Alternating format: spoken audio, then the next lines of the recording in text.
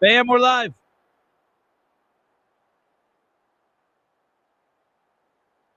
Someone just sent me this morning. Come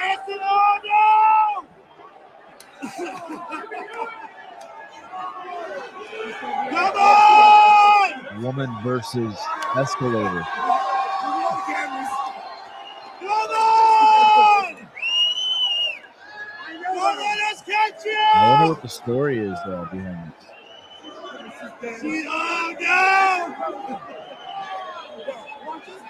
Just some chick with a giant cowboy sign. Woman against escalator. Come on!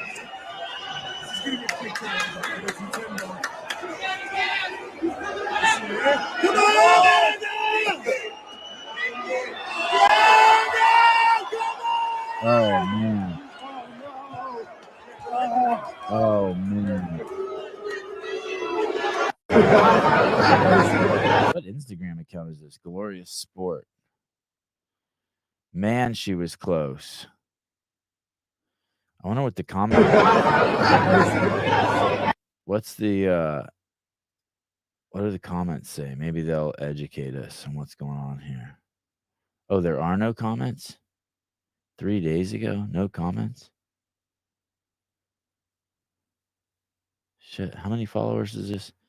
73,000 followers and no comments? That's weird. Good morning. Ooh, that's nice. Wow. That works, huh? Yeah, holy cow. Look at that nice screen pulled out, Max. Wow. That's a great connection. What camera is that? That's just the camera on your computer? Yeah, it's on my Slim, whatever the fuck, the light one, the Air Pro. Wow. Yeah. That's incredible. Look at gorgeous green screen. Yeah. It does look like a green screen. It's so perfect. Sevy, one of your callers last week said that the camera on the Air was better than any kind of external add-on cameras or something to that effect. I mean, it's crazy. It looks surreal, and the lighting's wild. And it's neat because it's such a makeshift. I mean, I've got this storage box full of books and articles and shit I drag around, and I just plopped the laptop on it to escape the zoo inside. It's kind of cool. Greg looks like a Mexican drug lord. Yes.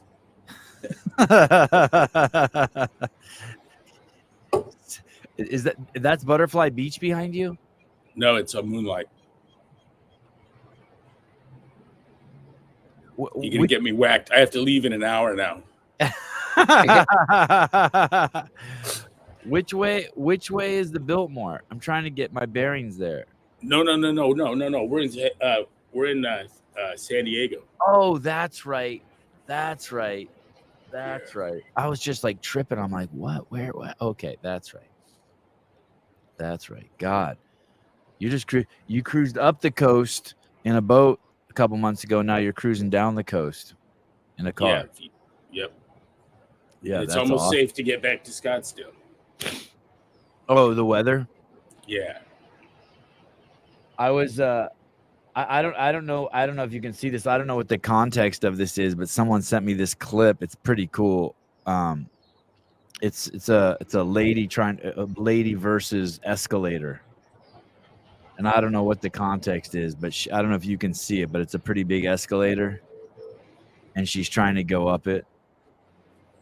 They call it what do they call it? Glorious, some account called Glorious Sports, but she gets so close and she goes on all four and then fails.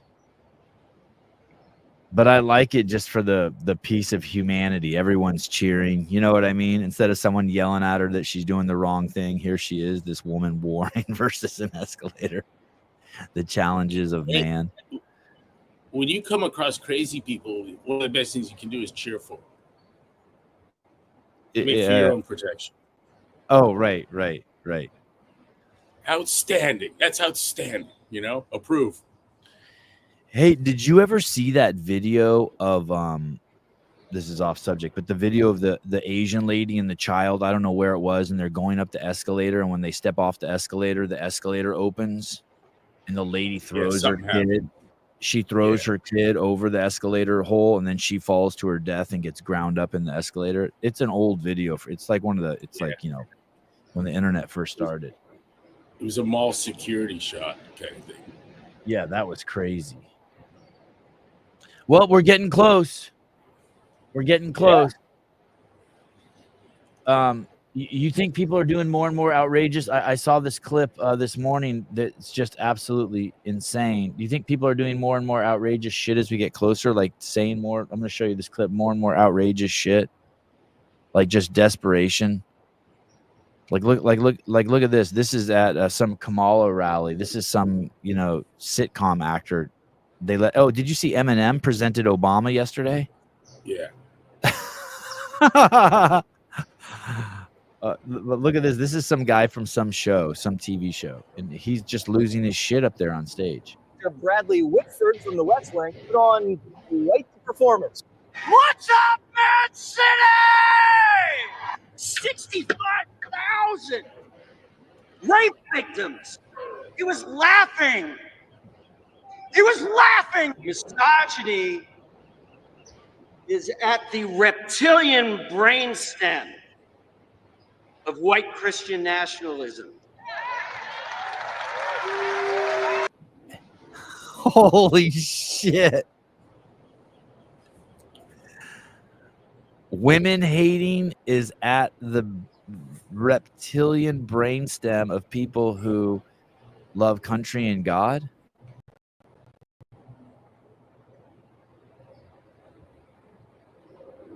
It's wow.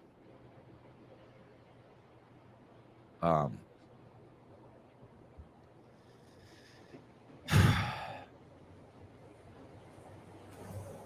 think people actually believe that shit. They not only believe that shit, but they believe that you don't have to believe it. You have to be able to perform it. What do you mean? Well, it's an act. But not in the traditional sense that we use that. More in the sense of affectation. Yeah. And he's an actor. Yeah. And he's playing the part that he thinks when people are that way, they're really cool. And so he's going to be cool now. And it never really leaves the reptilian brain and gets to a place where there's any kind of fucking deep evaluation of facts. This position is one that is taken because you like the way you look, saying, being, doing, inciting. It's kind of, I was thinking of Howard Stern the other day. He knows exactly who he wants to like him. Yeah. He's just not sure how to reach them. He's exploring the differentiation that, frankly, he would like to have more Hollywood and less truck drivers. And he has, and it's interesting you say that because he's always thought of himself as an outsider and kind of been desperate to be an indoor dog. He's one of those people that thinks the grass is greener on the other side. He was with the cool kids, and he had when Jerry Seinfeld told him he wasn't a comedian. Yeah, he says you're funny, but you're no comedian. And it was one of the longest, most uncomfortable. I felt bad for Howard, but mostly because wow, Jerry had a good point. Jerry's one of the smartest guests Howard's ever had on. I had no idea how fucking smart he was. And tie that back, that shattered his image because he wanted to be accepted as one of the cool kid, big Hollywood comedian types. Sure. And the schlock jock thing is like, that was always a criticism. And it's not what he was looking for. He wanted numbers and he'd do anything. He'd do anything for the numbers. And then once he had the numbers, he wasn't really happy with the people that were there. Not that it's kind of like some of the people screaming for Trump, you know.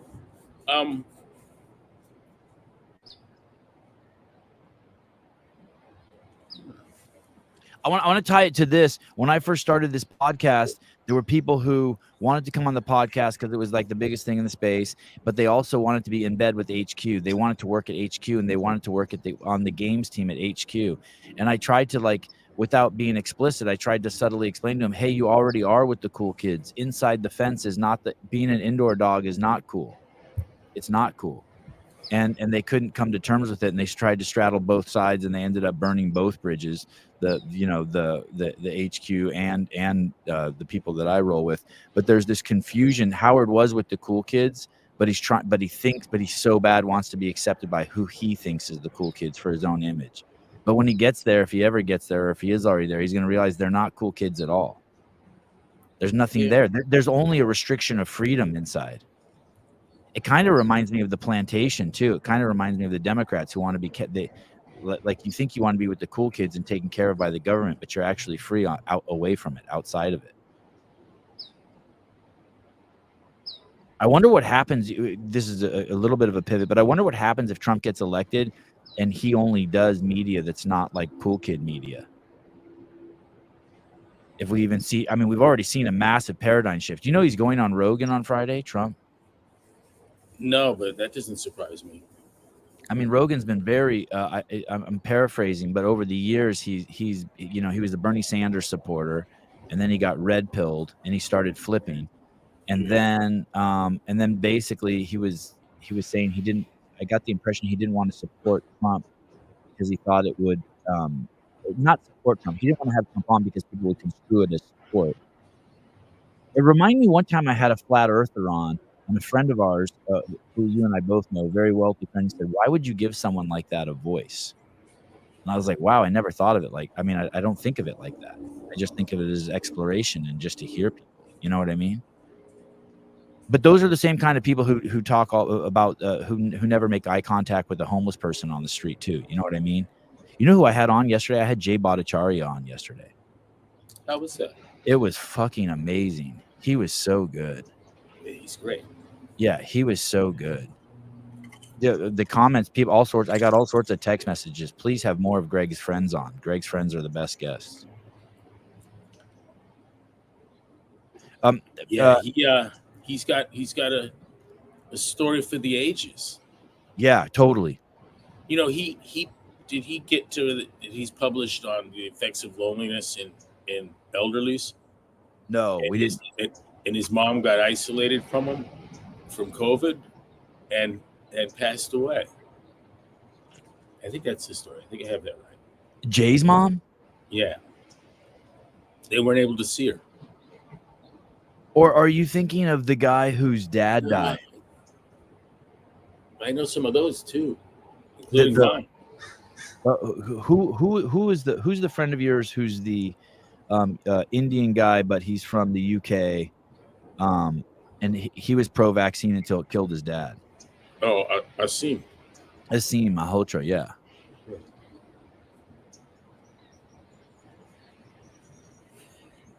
Man, you know what I presented to Jay? If what happened to Jay would have happened to him 50 years ago, his life would have been over.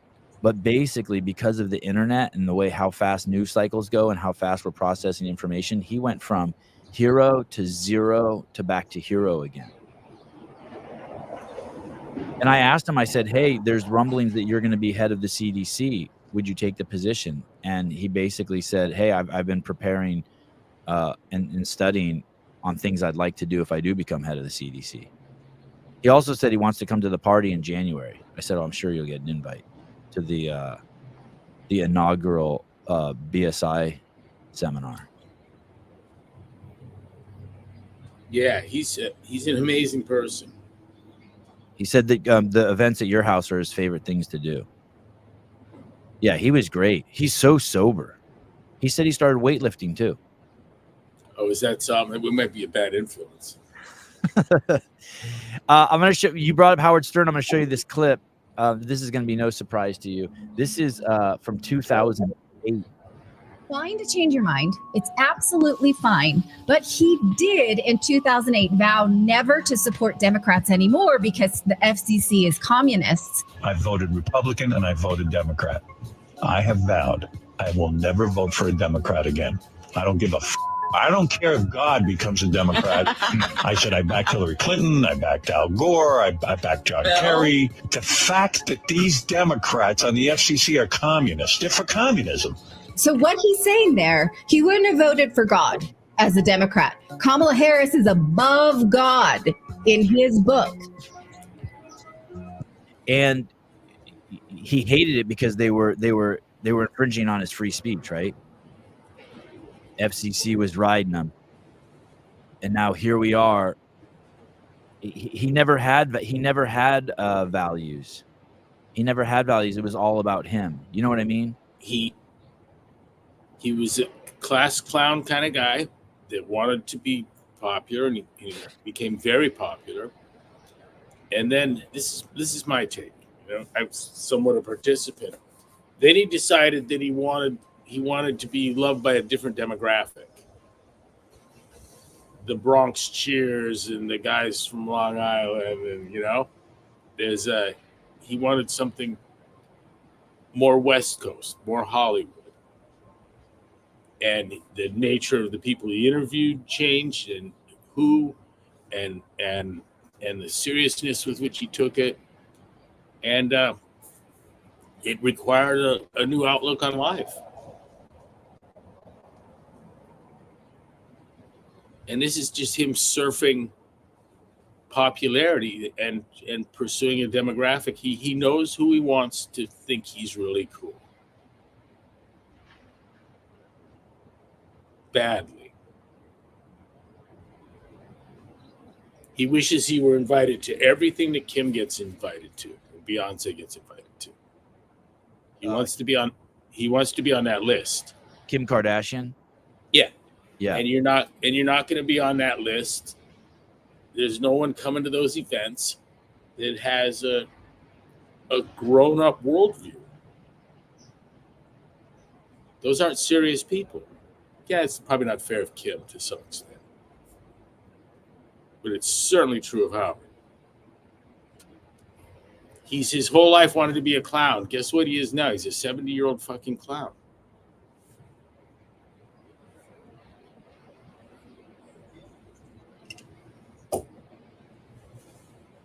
I was just reading what a wreck Pacino's life is. Why? What happened to him? Just broke. Like financially broke? Yeah. No shit. Yeah.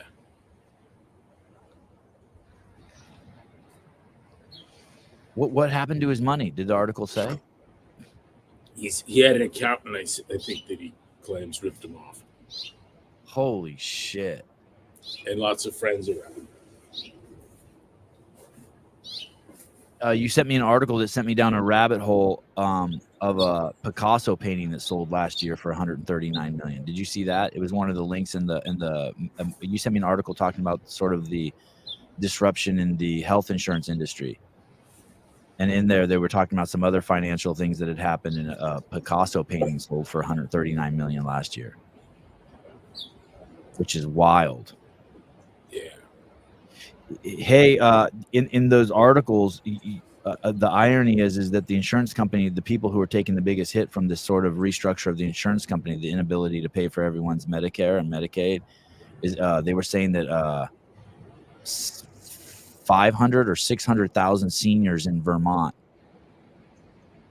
have been kicked off their medical plans, and the irony is those are all liberals.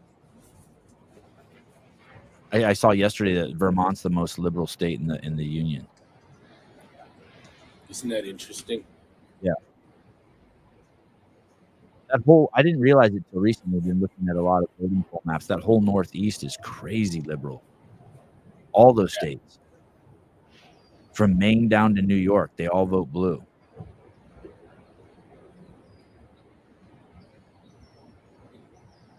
What's Greg's take on the Concept 2 strength erg? Uh-oh. Have you seen that? No. I don't know if you want to see it. Concept 2. Strength erg. Yeah, I'm... let me see if I can find this thing. Here it is. It's basically a push-pull. It's some sort of push-pull machine. Did I lose you? Oh, I think No. you froze. I think Greg froze. Okay. No. Are you back? I look good to me. Okay, good. Maybe it was my internet. Here we go. Can you see this machine? Yeah. It's some sort of resistance machine that you can do resistance from 90 pounds to 100 or 1,500 pounds.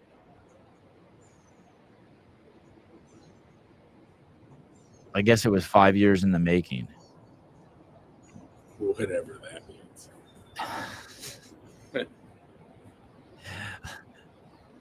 The things I'm doing now were 68 years in the making. Right. Last minute before Barry McCockner, it's a geriatric machine. I know that's kind of how I saw it too. Jeff Bako, they just need Suzanne Summers or Chuck Norris training on it. I was just thinking it looks like some improvement. Like you know something? Let me tell a quick story here. Please. It's more than an aside. This is my answer to that. Lady asked me at an event once, and it was a bunch of like exercise science types. And I realized later there was probably just someone's grandma that they brought. But she wanted to know what I thought of the Health Rider. Do you know that thing? The buff guy? No, he sat on this thing in it. Pull it up, the Health Rider. Okay. It was all the rage. Oh shit. It's like a seesaw? Yeah, kind of deal. But those were everywhere. Like the Nordic track, and just one of those waves, right? Yeah, I ended up on And- TV and they said it sold out. Let me see. You can still buy them. Oh yeah, here's one on Amazon. Oh shit! It looks like something a kid would ride. Yeah, You sit on it and you pull that thing. Yeah, and the seat goes up and down. You're the so at $929 fucking, and it's the original. Yeah, that one's used. So I told the lady I thought it was dumb, and she just kind of went on. I told you she'd go into one of these CrossFit gyms. Who brought you here? And she came up afterwards. She had tears in her eyes, and she said she lost 75 pounds on it. I go, whoa, wait. I go, let me just start with this. I'm an asshole, and that's the best thing ever. I've just seen so many of those with clothes hanging on, right? Yeah. But she lost 75 pounds doing that shit, watching her soaps. God bless her. It's pretty much off the couch. Yeah. So I made a commitment to myself then that I like every exercise is better than none, and I'm not gonna, especially the Dreisler Gackers are friends, and I think the Concept 2 rower is a great thing. And I get the need and the desire to be into other SKUs, and I never saw them around the weights either. So maybe that's their entree to resistance training. And I don't know anyone who's used one yet. Oh, Shiz calls this. It's called the Poon Hammer, not the Health Rider. The Poon Rider. That should be my nickname. Hey, my new gym, where I have resources and interest to create the nicest gym ever created, there's just not a role for machine.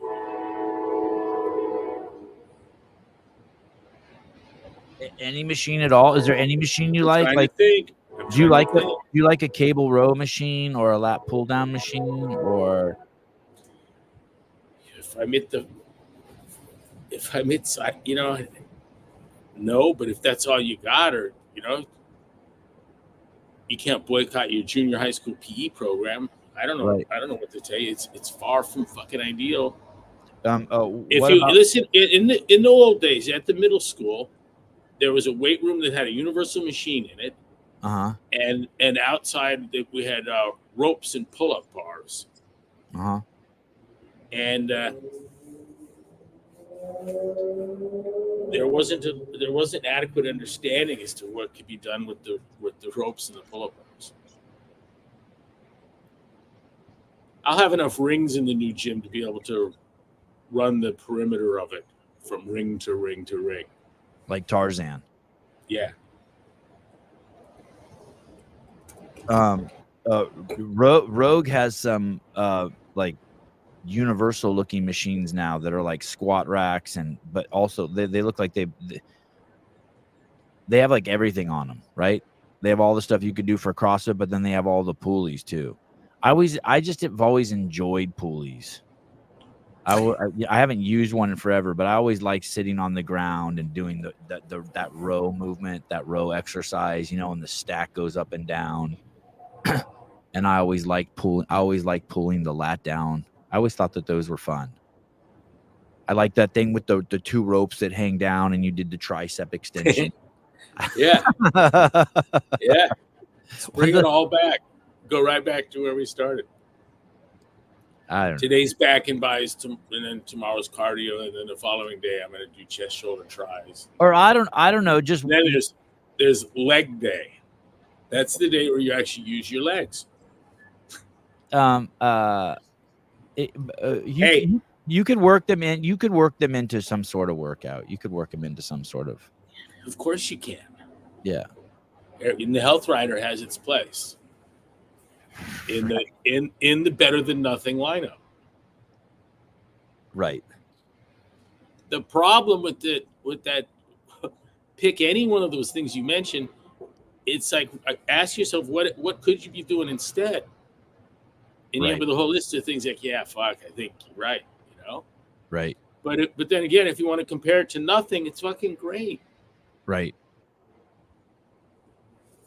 It's probably closer to ideal than it is nothing.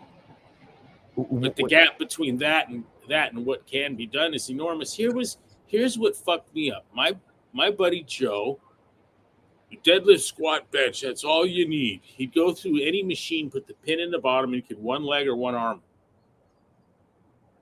The whole and then stack. so I'm like, yeah, like, dude, what the fuck? You're a fucking monster. So I put 225 on a bar and he could strip curl it. And then it hit me in a blinding flash. None of what he does even involves arm flexion. That bicep is from the fucking static pull of the deadlift. Oh. The bicep plays an integral role in your arm from not coming apart at 750 pound deads.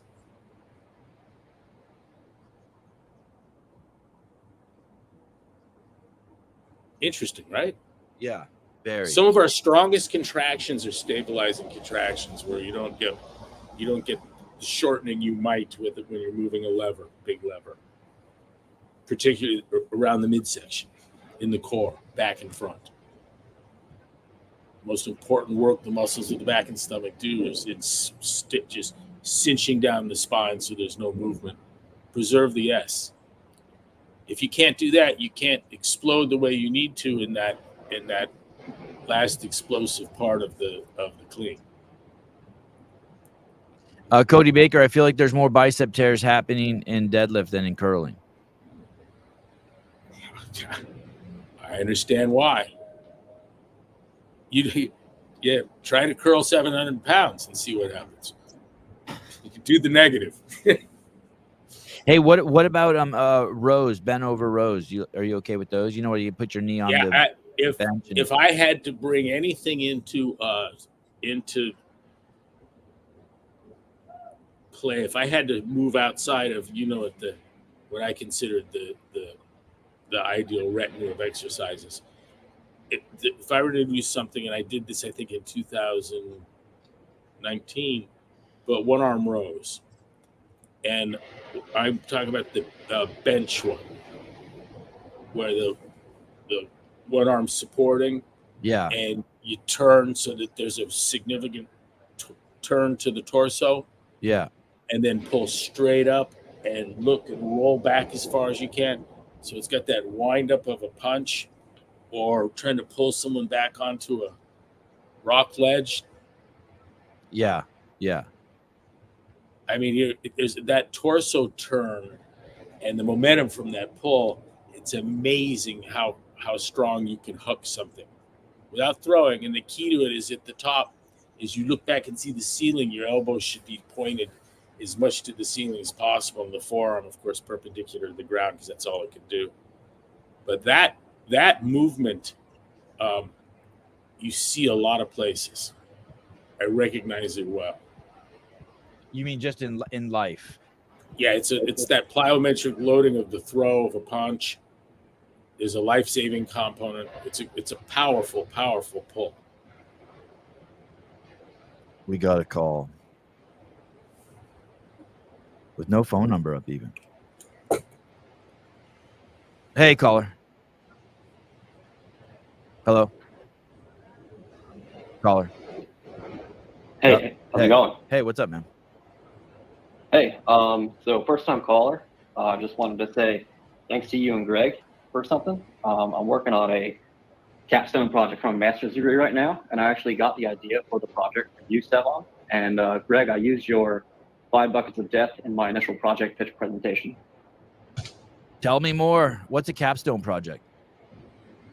So it's an overall project to kind of cap off my master's degree. It's a master's in business analytics. And my topic that I initially pitched is the comorbidities that contributed to death via COVID-19, which you've talked about a lot. And how is it being received? Are you getting pushback? No, really well, actually. A lot of people were interested in joining. So when I did my initial project pitch to kind of gather some support, I had a lot of people come up to me and talk about how interesting it was. And we formed a group of 3. And so my focus is on the comorbidities. I have a teammate that's studying the efficacy of government mandates throughout the pandemic. And then our third teammate is actually using natural language processing to go through over like 370,000 research papers electronically to understand what the medical research community was focused on during different points throughout the pandemic. And what are you finding? Do you guys have a in conclusion paragraph? So we're not done yet. We're about halfway through the semester. We actually have our midterm presentation on Thursday, which is mainly about the data sets and how we justify using certain data sets. What I found a lot of is information from the CDC's behavioral risk factor surveillance system survey, which is a survey of like 349 questions with over like 334,000 people responding. And so it's a lot of questions and answers. And I'm finding that, well, 2 things. One, I'm disappointed that a risk factor survey doesn't have anything to do with food that people are eating. It doesn't ask a single question about diet, but it does ask a lot about exercise. And the people who are not exercising at intensity are a lot of the ones that are experiencing a diagnosis of 1 or more chronic diseases. Hey, are your other 2, when you went into it, I'm assuming you had certain biases. Did your partners in the project have the same biases? No, not at all. Oh, wow. Was that apparent? Yeah, they were just open to studying anything. One of them is a computer science major who I'd never met before, and the other one was another analytics major who I had met. He was in a group project for a previous class, but we hadn't actually met in person because the class was online. But yeah, no biases. Neither of them like exercise much. The only bias they had was that they both regret taking the vaccine. Wow. What's the caller? What's your first name? Andrew. Andrew, nice to meet you. This is interesting. Andrew, there's a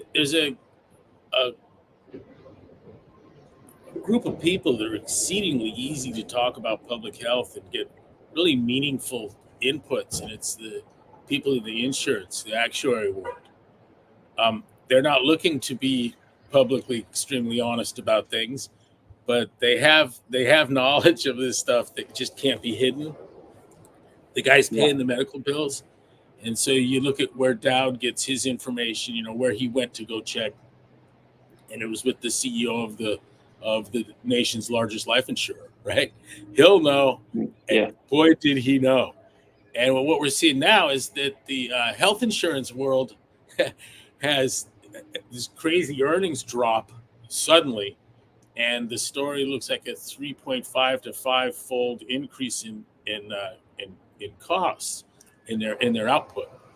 And the reporting is a huge earnings loss, but the bottom line is that the actuary model is broken, and it isn't people aren't paying their premium, and it's not that that the medical costs themselves, the procedures, surgeries, drugs have gone up. There's a huge tidal wave of people suddenly a lot sicker, and the life insurers saw it first, and now the health insurance crowds watching this, and it's business revenue.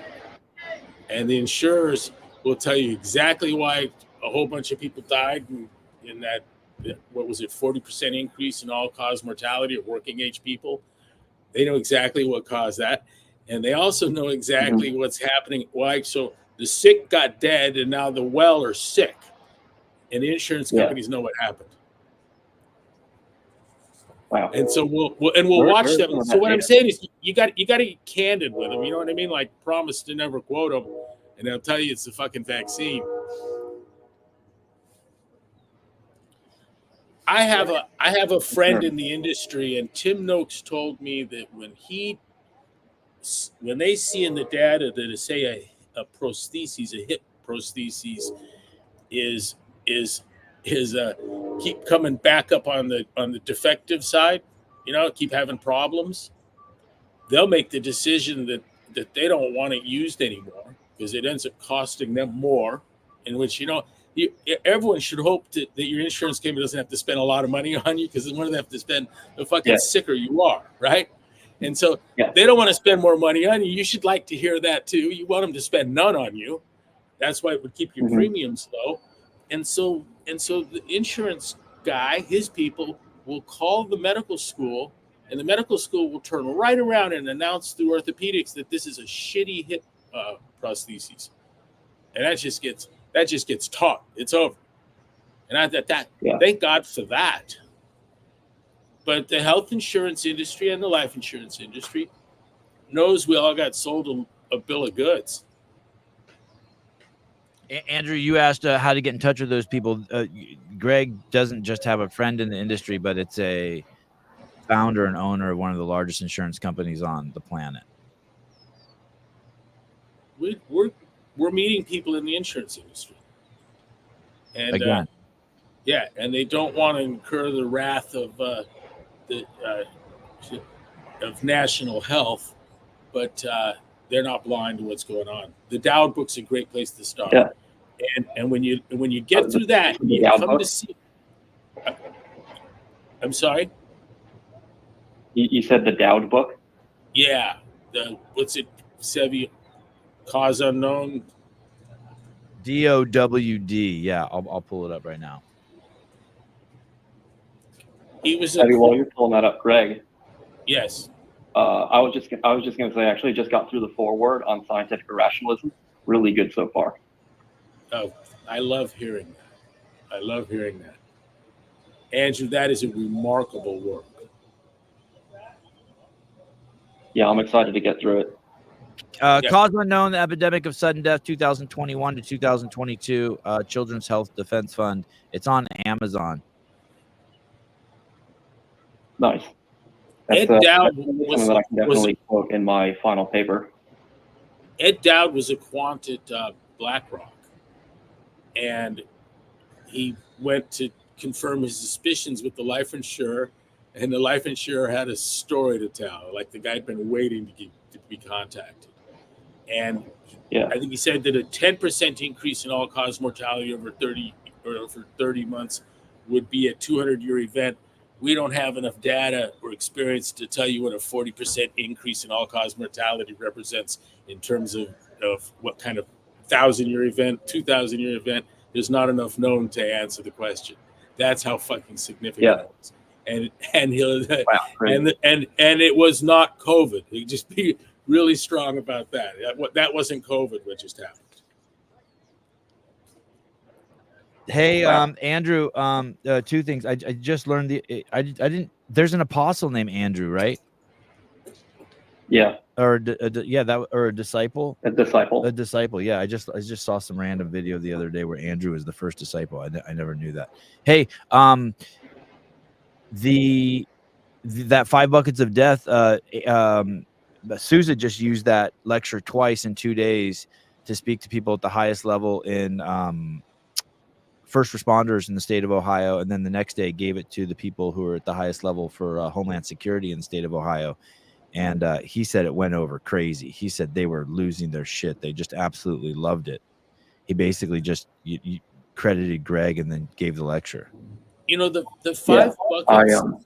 The 5 buckets piece is a different telling of the sickness, wellness, fitness continuum, and a different telling again of the same story, but it's told again in a slightly different language when we explain that the universally accepted Western med parameterization of health consists not of independent variables that you can manipulate to get a good health package. That's the dream, that's the fantasy, that's the effort. But they are the dependent variables of lifestyle choices. And that the sickness, fitness, wellness continuum and the 5 buckets are very much looking at the same train wreck and explaining it in a little different manner. But it's all related. And it comes down to being well in perfect health is an intermediate state between being fit and having disease. Perfect health is an intermittent state between fitness, because you have better than perfect health when you're fit. And it shows in the numbers. We can quantify that. Well, hey, keep us. And that was in the level 1 material, wasn't it? Yes, it was. Yes, it is. It's yep. Yeah. Well, Andrew, keep us posted. Yeah, good job spreading the good word. Yeah. They say, Andrew, get in touch. I'll let you know. Hit up Sevi and Emily, and if you want to come out in January, we'll make that happen. I'd love to. That'd be great. All right, so I'll be done with school. That'd be awesome. Where's home for you? Jacksonville, Florida. Okay, cool. Yeah. And if I don't, my DMs are a bit of a mess. So if I don't respond like in a week, then just DM me again and push it back up to the top. Yeah, we'll do. I don't have an Instagram, but I'll borrow my wife's. All right. Awesome. Oh, I like this guy. Great interview yesterday, by the way. Oh, thank you. I was going to ask you if you saw that. I sent that. Yeah, I sent that to both of my teammates, and like last night. So they haven't gotten back to me if they watched it yet. But I'm ready to go back and watch it again and take some notes. Yeah, I can't wait to have him back on. Andrew, I've gotten 2 other people to give scientific irrationalism a try, and I got one in Jay Bhattacharya's hands, but in the Pauper and After title, same book, and the other one was Dr. Drew, and he was blown away. He said he knew it was bad, but he didn't know it was that bad. Which is it's a great read for that. Awesome, great to hear. Good stuff. All right, all right. Keep us posted. Thanks for taking my call. Yep, anytime. Take care. Bye. Daniel Wynn, how do people get hurt pushing across a rock across the ice? Oh, wait, wrong curling. Yep, wrong curling. Thank you, though, for the clarity. Did you see Rob Wolf's debacle? No, I do want to hear about it, though. Let me come back to this. I'm going to make this scientific irrational. I'm going to Johnny Appleseed that fucking book into the hands of the – it's not that expensive to do. It's enormously illuminating. People who will read it will never forget that they read it. Each time you read it, you'll get more out of it. I've been reading it for 5 years now, like really studying it, And just to be perfectly clear here, we bought the fucking title. There was nothing really being done to promote it or talk about it or support it. And we wanted to republish it in a hardback book with acid-free kind of paper, right? Yep. And pulled it off, and now we're going to get this in the hands of a bunch of smart people. But it is a absolutely irresistibly compelling tale as to why. I mean, you have to make another leap, but the academic philosophy of science is in a deplorable state. And that blurb on the back, can you flip the book over? Isn't this it right here? Yeah, that's it. Owned by Broken Science Books. No, but written right here. Isn't this it? In fewer than 200 pages, David Stove leaves the well-established that got Amazon edited a little, but I'm talking about the one sentence line on the back. Let me pull it out. I see one here in my box. Okay, I'm not sure how to flip it, but that's a great line. In fewer than 200 pages, David Stove leaves the well-established and widely regarded edifice of the academic philosophy of science in smoldering ruins. That is exactly what it is. Here, the back side has this on it, and I'll read it. It's we should for a moment try, though it is almost impossible, to take in the full grotesqueness of the contemporary situation in the philosophy of science. That is so good. And this is exactly what I hope to do in the 2-day What is Science course, take in the full grotesqueness, as impossible as it might be to do. So I'm up to the challenge. But I know exactly what he's talking about. It's shocking. You know, that's Dr. Drew's, that's his experience. Like, you just don't know. He didn't know how bad it was. Well, Professor Stove brings you face to face with what it is that Popper, that Kuhn, that Lakatos, that Feyerabend said, believed, how they did it, how they wrote, and it's all an attempt, a valiant attempt at the certainty of deductivism. And it came out of, they were inspired by Hume's inductive skepticism, and Popper turned that basically into a denial of induction. And so he went that falsification. He's going to modus tollens theories into the end zone, and thought that's how science should work, did work, defined it that way, and then proceeded from there to continue on a whole bunch of other unfortunate turns. But it's a great story. It's an absolutely great story, and I think it should be part of a high school education. Are there other books you're after? Yeah, but I'm not going to get them. I think no one's going to sell me probability theory, the logic of science. Oh, I wanted to say this. If you look up E.T. James and look up his biography, you have to be a pretty good little researcher to realize just how important a thinker he is. Through Wikipedia, say, or whatever your standard comes up on top of Google shit. But if you ask AI chat about E.T. James, that AI crowd has proper recognition of the profound intellect and the impact he's had on all of us, for the reason that there wouldn't be any AI right now without the impact he's had on a generation of very intelligent thinkers on the subject of machine learning and more importantly, probability theory. He has been described as the king of the Bayesians, and that whole AI phenomenon is their puppy. But the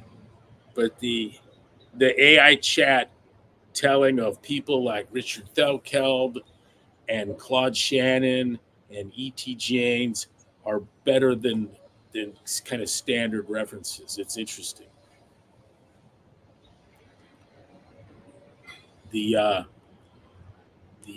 For instance, AI chat, you look up maximum entropy principle, and you get a much better telling of the significance of it than you would from Wikipedia. And I find that it's funny. I like it, and it's funny. You mean like if you ask Chat GPT that question? I don't know about that one. I got this AI chat just popped up an app, and I think Chat GPT is part of it. Is it? I don't know how any of that shit works. Carlos Mejias, I give a summary of the level 1 lecture of what fitness, what's health to all potential new members of our gym, and 99% of the time they sign up for a membership. Hey, Greg, do you have a date for January? Yeah, 11 and 12. You think that's pretty certain? Yeah, I think so. Yeah, that's awesome. All right, we're getting close. Hey, they put in the basketball hoops at the gym. They did? Yeah. Send The photos. push button lower down. Yeah, that's cool. Holy shit. All right, you ready for this Rob Wolf story? Yeah. So he has this product called LMNT. It's salt, right? Okay. And it's flavored salt, and you pour it into a glass of water, and then I guess you get electrolytes or something from it. Oh, Heidi Kroom, I'd like to apply to be Greg's date for the. He's gonna be busy. He's gonna be a shitty date. Okay, here we go. So this is Dr. Is that Rob? This is Dr. Tro. No, he's been on the show before. He's I don't know. I don't want to mischaracterize him. He hasn't been on in a couple of years, but he's a very strict low carb diet doctor. He's like the doctor who's like, he's like no sugar at all. That's been his message for 3 years. Like, hey, I can change your life by not eating sugar. Okay, here we go. Say, hey, maltodextrin is being used. Now they initially. Hold on, let me start it over. A lot of you may not be following what's going on. There's a company called LMNT. You see them right here. Great, amazing CEO. His name is Rob Wolf. He's done a lot in the CrossFit community, paleo and keto community. But the problem is he started his company saying we're going to have great, high quality ingredients, no additives, no filters, complete transparency, no dodgy ingredients, quote unquote. That was their sort of call to action. And what happened was, I guess when they first started, they were using natural flavors, quote unquote, that were co-packed with maltodextrin, which is a type of sugar essentially with a high glycemic index and some gut issues for many people who are sensitive to it. And they didn't put it on the label. They didn't say, hey, maltodextrin is being used. Now, they initially said the reason for that was because it was a minuscule amount, 4 milligrams, which is a tiny amount. It probably shouldn't do much for most people, blood sugar-wise. But then it was found out that they had 100 times more than what they said. And again, they didn't put it on their label. They were not being transparent, and they literally had a dodgy ingredient. So, this is not. And then even more recently, one of their founders basically said, hey, there is no maltodextrin, when the company literally says there is. And there's some other issues that are smaller. They claim to have 550 milligrams of maltodextrin, which would require it to be on the label, and yet it's not on any of their labels. So this is a terrible problem. It's not just them. It's a marketing issue. It's a marketing ploy. They decided to treat their customers poorly, not put all the ingredients on the label. And this is an industry-wide phenomenon. So I don't just blame them, but I blame them for saying they're going to do better and be better, and they're not.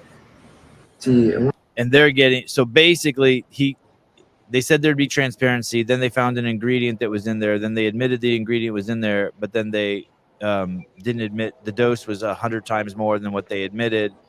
And boy, the internet is having its way with Rob. And what's funny is they just started a huge national campaign too, I guess, because I keep seeing their commercials on ESPN. And it is. I find it very odd to leave off any ingredient at all. Do you find that odd? Yeah, but I wouldn't expect. You're not shocked. No, and it's not. I'm not impugning Rob's character either, but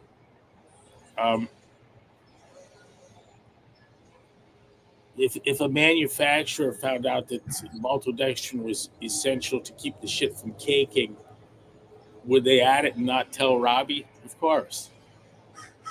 You know, I mean, they'll make the label come out like what he wants to pay for, Right. and then they'll do whatever it takes to get it off the shelf, you know, and into his hands. You hope no one's out there doing assays on your labels. That looks like what this guy's doing. There's another company called Relight. But listen, go ahead. who's buying magic salt? And what's the truth of electrolytes in liquid form? Almost anything you can tolerate and drink is isotonic. Let me say that again. If you can hold it down, if it doesn't make you want to throw up, it's close to isotonic, like Gatorade. It's far from your blood sodium. What does that mean, isotonic? It's more like water? It's more like neutral. It's closer to neutral than it is really giving you electrolyte. An external solution that has the same solute concentrate and water concentrate compared to bodily fluids. Okay, so it's not actually elevate. You can't drink anything that elevates. Every sip of Gatorade dilutes your electrolyte concentration. Every single fucking sip dilutes it. What about pickle juice? Same. I would like an easy test is see how much you can hold down. Sipping pickle juice maybe, but can you drink the jar and not throw up? If so, I'm gonna tell you I don't know what the millimolar of it is, and I don't know from pickle to pickle. I'm not gonna make pickle pronouncements on the fucking podcast, but I know this, that we need to eat our electrolytes and not drink them. Yeah, I think the blood's 30 millimolar, and I think Gatorade's 17 or something. I'm looking to see if they have a competitor called Relight, and I wonder if they admit to having multi.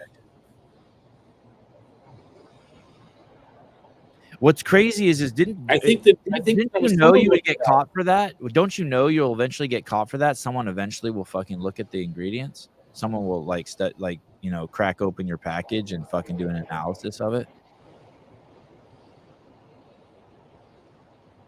CK Kevin, I used to drink 32 ounces of pickle juice at a time. Would upset my stomach a little, but save me from cramping. A lot of people are coming out of the woodwork saying, "Oh, no wonder that LMT shit was fucking up my stomach. I'm very sensitive to maltodextrin."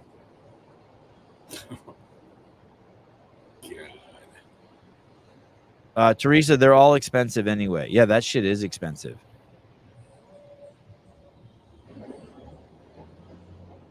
I think it becomes more of a ritual for people than anything else. You know what I mean? Finish working out, rip it off, pour it in your water bottle. It's like, I used to sell the shit out of that stuff at Gold's Gym. The salt? No, just, Blue Thunder, all that shit. It's the juice in the bottles. It had electrolytes. Was Blue Thunder? It was like Gatorade. It was every kind of thing you can imagine. All of it. Bullshit. There was a TV show called Blue Thunder too, right? That was the helicopter show. I have no idea. Blue Thunder cocktail. Oh, okay. I see Blue Thunder. Maximum nutrition. Hey. The hope at Gold's was you could sell enough out of one refrigerator case to cover the overhead of the front desk, the two people you'd have at the front desk. So okay. Wow. Yeah, one case would cover their cost to the company. I literally sign up for local CF competitions simply because you always get a couple packages of LMT as a door prize swag. Wow. It upsets the stomach, but they kept drinking it because of the great marketing. I like that. I think salty. You know what that reminds me of? That reminds me of Travis Bajan says if he thinks shoes look cool, he doesn't care how much they hurt his feet. Right. That's like something your Princess Diana would have said or something. You know what I mean? It's funny coming from him. I lost my job a few weeks ago and stopped all supplements except protein and caffeine and don't feel a bit different. I think I'm saving money in the future. I know you are.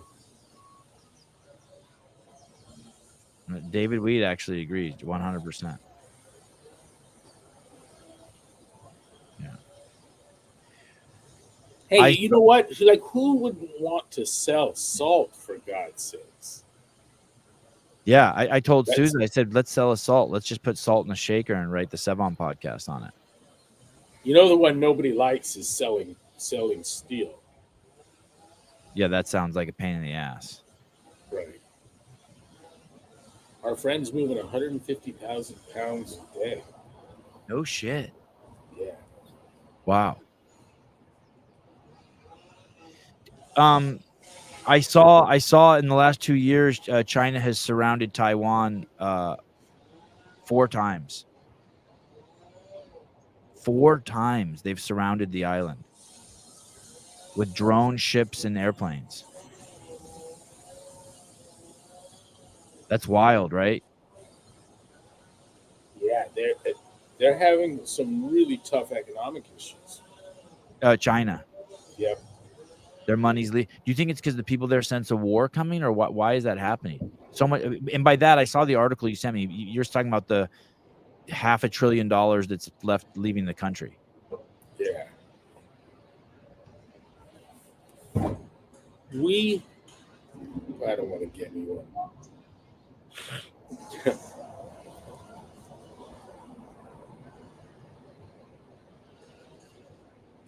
It was interesting to meet legends in the sporting world from there, living there still, that with very, very limited English, that own homes in some of the nicest neighborhoods there are. In China? No, in the U.S. Oh. And have children attending prestigious, hard to get into American schools. So think of that, like a sports legend living there, speaks very little English, but has a rock star home and 2 daughters, sons, whatever, enrolled in U.S. university, prestigious university. It's really interesting. I mean, it all says exit plan to me. You mean famous Chinese athletes? Yeah. Well, someone in particular, a legend with a home and kids already here. Yeah. Like it, and it seemed like everyone had an exit plan. Wouldn't you? Fuck yeah. Yeah, I mean, I got to tell you, it doesn't take a special kind of person to recognize hell. It takes a certain kind of person to deny it. I've traveled to China with all first class, and then also with all just shit accommodations, and I've done several tours of the country, and there was very little that I found endearing. And I can't say that about a lot of places. You know what I mean? I've been in fucking, Central America, third world shitholes, and it's still cool. You know what I mean? People living in huts and picking mangoes and, cool roads and beautiful oceans. But fuck, man, China, I didn't see anything fun in China. The people don't, it was a trip. It was a trip. I did not seem like a cool place at all. At all. No, I would get bored. I feel like I don't know if bored's the right word, but I would want out. Imagine them free. Imagine what? Them free. Yeah. I mean, the government of Taiwan is an older government. Imagine if the whole place got Taiwan. What are the implications of that? Do you think they would just flee? There's 50 million Chinese living outside of China. I thought it would be more than that. That's not very many. No, I'm saying that Taiwan is a modern, flourishing, free, beautiful. I mean, you see some of the world's largest chip manufacturers right next to like strawberry farms and stuff. It's like, it's really pretty. They're a neat, proud, industrious. They're essential technical partners of ours. And imagine if the whole of the resource of those people was united under that.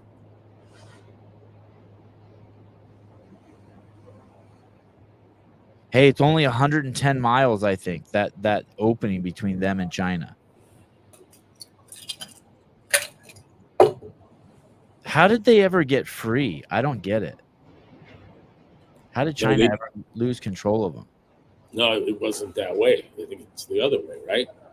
Oh, they were okay. It started off that way. Okay.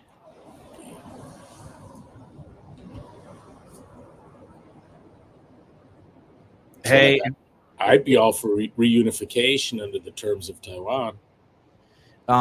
If there was ever a time to attack, it seems like it's steadily approaching, right? Right after the fucking election, when everything. How about exactly during Israel's attack on Iran? Yeah, when is that coming?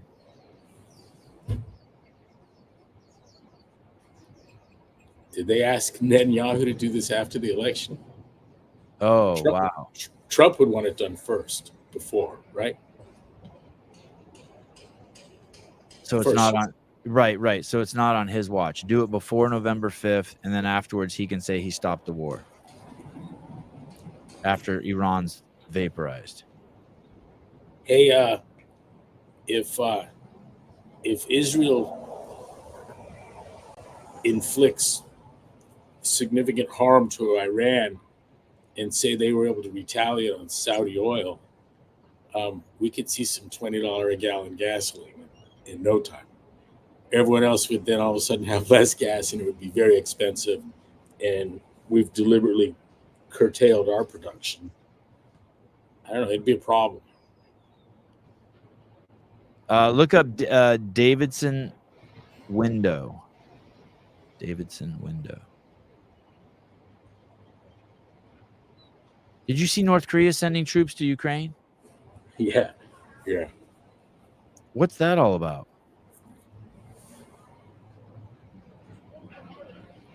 Not a lot. It doesn't sound like it's a lot of troops. I heard the story I read says Russia is losing 1,000 troops a day in the war, and they're in North Korea sending over 1,500 troops. That's like a day's worth.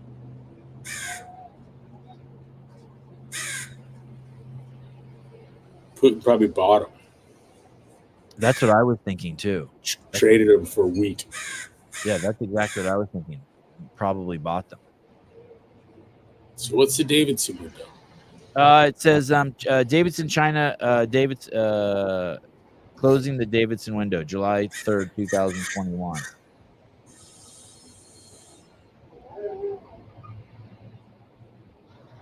China might seek to achieve its ambition of integrating Taiwan with the mainland in the next 6 years.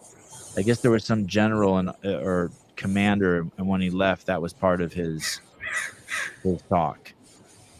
The FBI said that too, right? They said within the next 7 years, China plans on attacking Taiwan. I don't know if that'd be an FBI kind of thing. However, the Biden defense budget appears to ignore Davidson's warning. Smaller than the last Trump budget. When adjusted for inflation, the new spending plan in the near term shrinks those forces that would be expected to confront China in the Indo-Pacific region.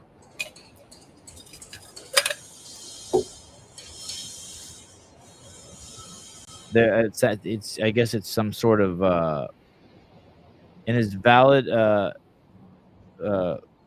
validity. What's that word? In his valedictory testimony. Valedictory testimony before the Senate Armed Services Committee in March, the outgoing Indo-Pacific Combat Commander Admiral Phil Davidson stunned his audience with his observation that China might seek to achieve its ambition of integrating Taiwan with the mainland in the next 6 years. Oh, so hence Davidson window.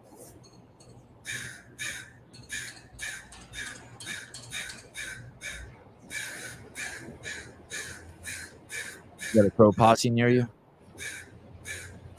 A what? A crow posse? I hear crows. Yeah.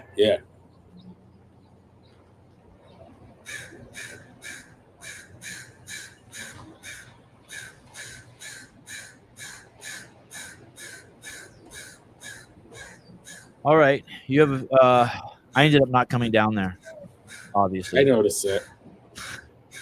We got the boat here, and I got the marina key. Oh, that's nice. Do you have any plans to go out on it?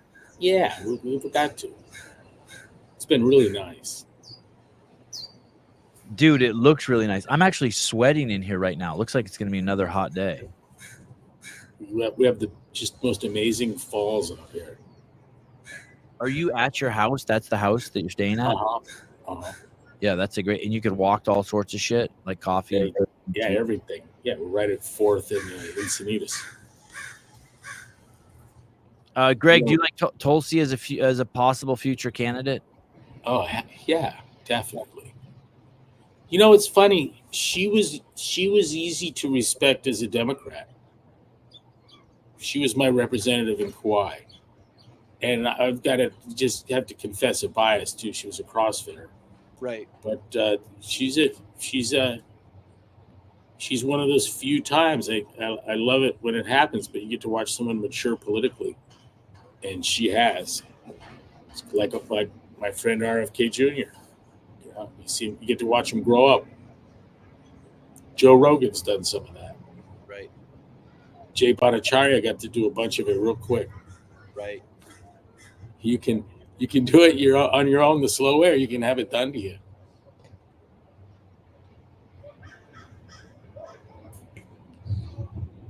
All right. Well, have a good day, man. All right, cool. Thank you. Thank you. Oh, wait, hold on. One more. One more. Is Greg familiar with the Hulda Clark work on parasites and cancer, and does he have an opinion on it? I don't. Hulda Clark's. Hulda. I'll look that up, though. Hulda. From the map lady. That used to be Seema Boobs. Is that right? Yeah, I think she had her, somehow she got in trouble for using that name or something, so she switched it. Jeez.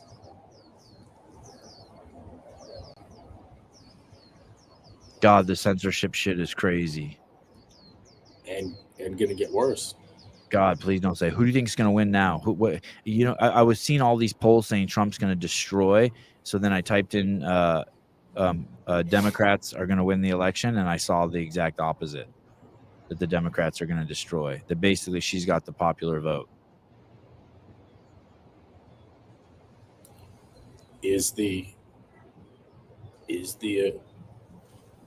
don't know. Did you open that? Kamala Harris is an idiot. Yeah. Yes. Thank you for the subscription, by the way. You're welcome. Wasn't that well written? Yes. I marvel in this Chauncey Gardner sense that we seem to be stripped of the vocabulary of saying that this woman is obviously profoundly in over her head.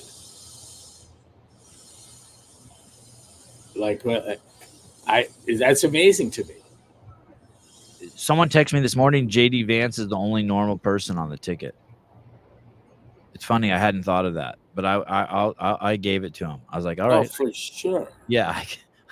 You know what I mean? Yeah. Like he's the kind of guy who pours his own cereal, pulls out the spoon, and just, yeah, he's the only normal dude.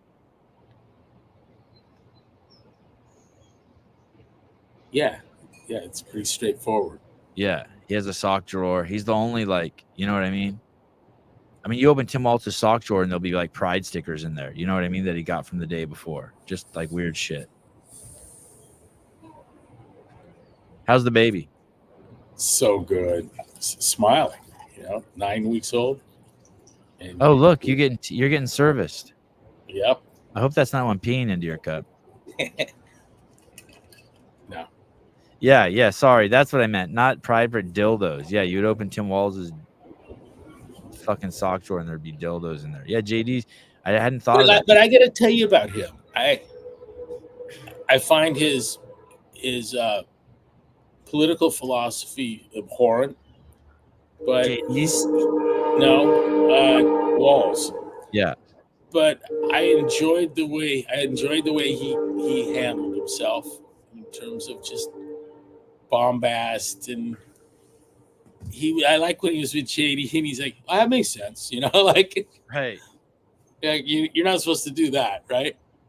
It's supposed to be, you're supposed to have a problem with everything that Vance says, but we're fundamentally in agreement here.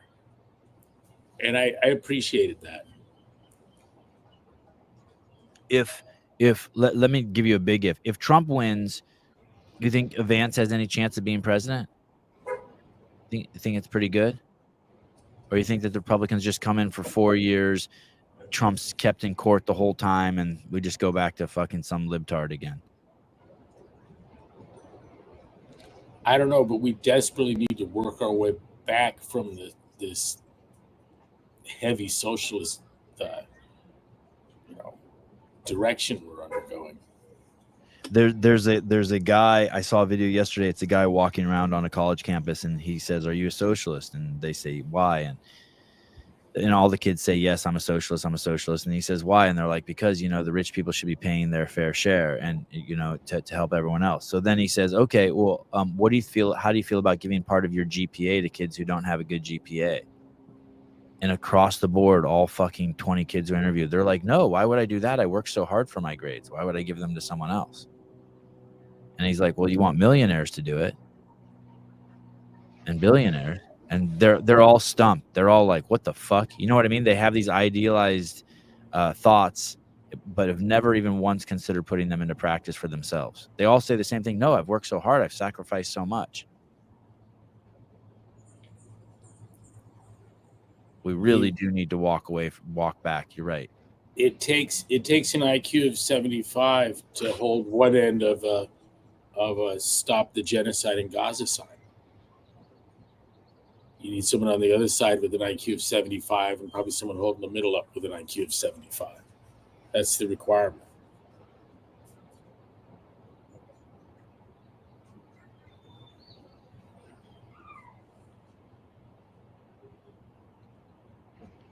We've made ourselves dumber, and attention span is in free fall. Have you noticed that? Yeah. I mean, the shorts, the Instagram, TikTok. Watch the engagement just get more and more superficial, quicker and quicker and quicker. It's nice to be able to pack in some high density, super efficient, valuable homeschooling while all this is going on.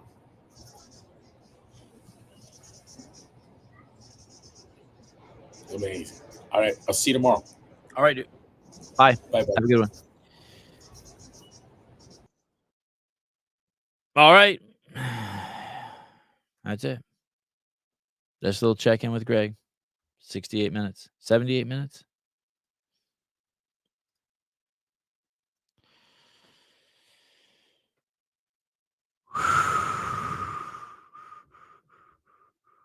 Oh, I'm going to get Lance back on, it looks like. The penis doctor. That's cool. We'll have a whole show on penises. I'm leaving in 15 minutes. Can you please make sure Avi finishes his Kumon? Oh, yeah. I wonder where you're going. Where are you going? Where to? Oh, I think the kids have a literature class. God, why do people with droids fucking text me?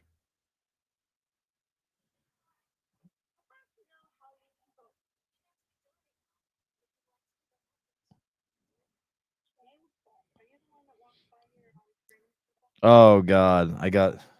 That's good, Mike. Mike sent me this. I haven't even seen the whole thing. Let me play this. This is crazy. What if we find out that Matuthian has maltodextrin in it? No, we don't want any clumping. Who is it? DC Drano? Is that what you sent me?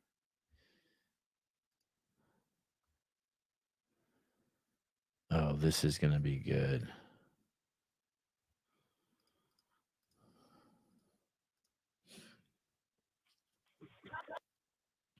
Why do all the crazy liberals look like this? Trump derangement syndrome is real and apparently a fashion trend. I want to know how you can vote. We can't answer the door right now, but if you'd like to leave a message, you can do it now.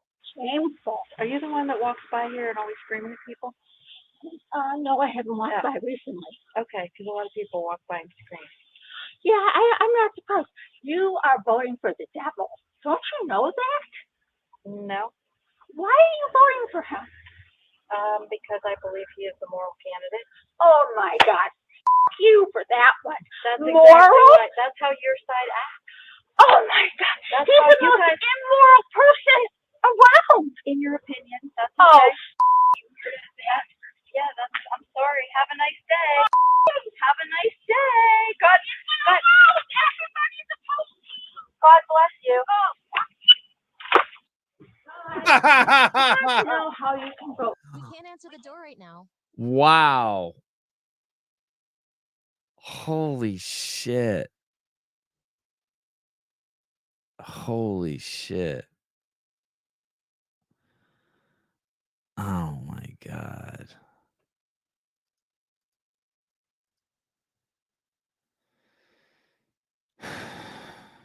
Um, I know I'm preaching to the choir here, but you know, we were talking. I saw a clip, and my wife and I were talking about this, and I've heard a lot of people talk about this. That basically, you can't have a Trump Vance sign in your yard. Someone will fucking vandalize your fucking house. You can't have like a freedom of speech sign in your yard. Someone will fucking vandalize your shit. They're fucking crazy. What's gonna happen? What are we gonna do with all those fucking crazy people?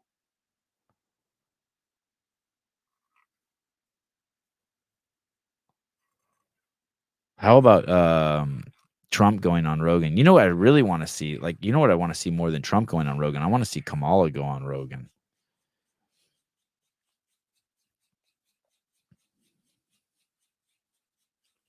My neighborhood is littered with Harris and blue dot signs. Yeah, I don't see those. I don't see a lot of those. Philip Kelly, nobody's gonna vandalize it. You're in Cali. People are pussies. That's true. They're crazy though. I've told you guys the story before. At the last election, when Trump was running, I was at a fucking coffee shop, and there was a lady that looked perfectly sane. And at the table next door to her, we were sitting on the patio. Some guy starts talking about Trump, and he was saying negative shit about Trump. And the lady jumps up and starts screaming at him, "Don't you dare say his name!" And he's like, "Ma'am, I wasn't even saying anything nice about him." She's like, "I don't care," and she's screaming at him. And the owner of the cafe comes out and calms them down and settles down the fight. And then the next day I go to the cafe, or a week later, and there's a sign, no political discussions on the patio. It's like, oh, that's the solution? No political discussions? Yeah, that's why Kamala will completely fall apart on Rogan. I know, that's why I want to see it. I really want to see it.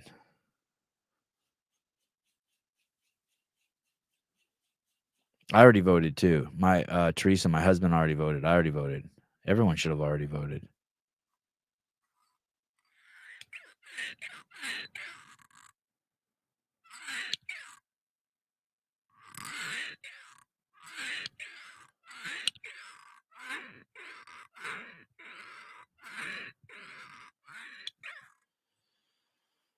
All right.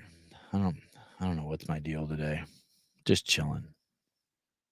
I think I was so excited about yesterday's interview. I was pretty high all day yesterday from having Jay on. That was fucking awesome.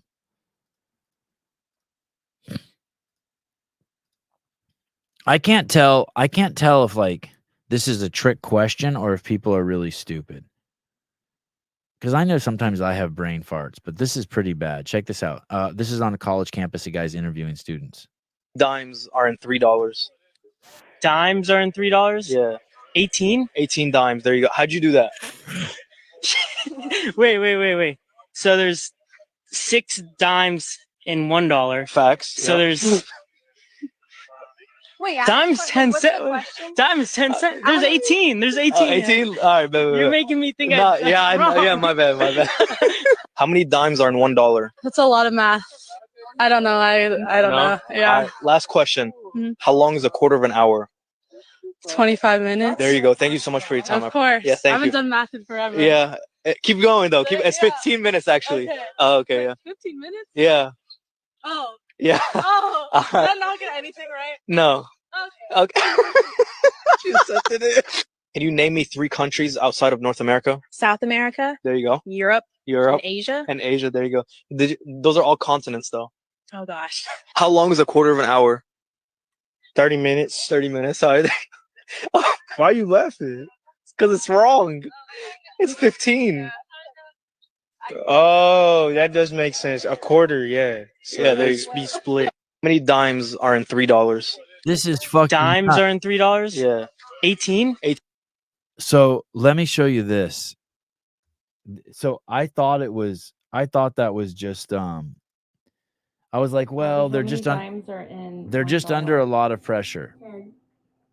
Avi, how many dimes? And they're just under a lot of pressure, and they don't really they can't they don't know what's going on, right? And like, it's not that they're stupid, it's just they clammed up under pressure. Well, then my wife sends me this. This is Avi building a Lego, and she just asks him on the fly. I don't know. Can you guys hear this? Avi, how many dimes are in $1? 10. What's a quarter of an hour? 15. Back to back. How many dimes are in $1? He's fucking 10. How many dimes are in $1? He says 10. Then she trick questions him and says, how many minutes in a quarter of an hour? And he says fucking 15. And he's fucking 10. So I'm like, wow, those college students really are retarded.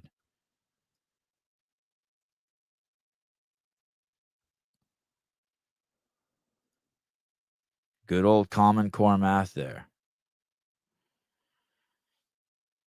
Man.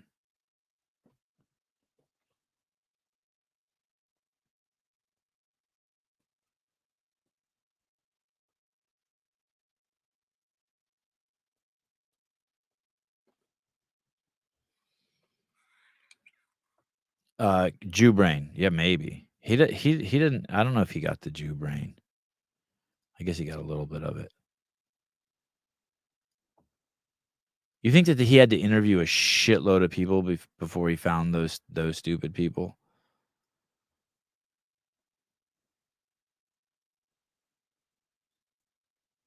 How about this? This is fucking unreal. This is Kamala Harris. You're not even going to believe fucking this. You want to know how you want to know just how dumb the next future potential president is? Well, here's Kamala Harris thinking she needs to hold on to the electric car charger as you do in the same way pumping gasoline. Yes, this is real. This is fucking nuts. Listen to this. Normal electric socket, right? Yes. Normally it's a 240 volt, but you can go ahead and plug in and okay. That's it. Yeah. Here we are. That's it. And there's no sound or cue. There is nothing. Yeah. Yeah. That's all there is. All of us are used Every morning to filling our tank. You usually can smell it and You usually can smell it and hear the guzzling sound, right? None of that. How do I know it's actually working? She's holding on to the fucking electric plug, thinking that's how you charge the car. She doesn't know you can walk away.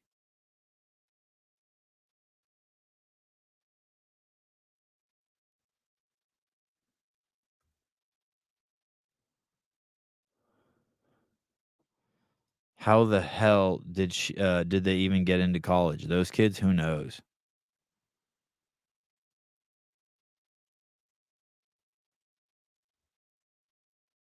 Man, she's brain dead. Jethro cut like a blowjob. You can smell it and hear the guzzling.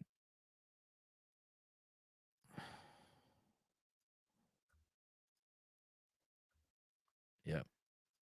I don't know how anyone's gonna vote for her.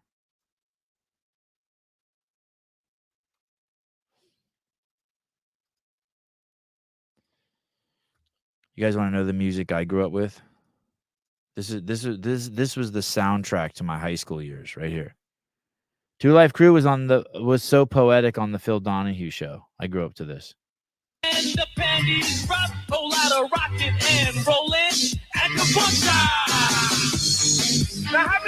I had a little TR-80 Radio Shack cassette player that I kept in my locker.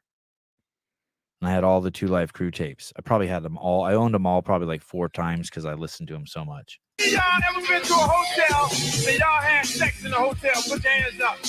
Now I know a whole lot of y'all out there lying. The fucking soundtrack to my high school years.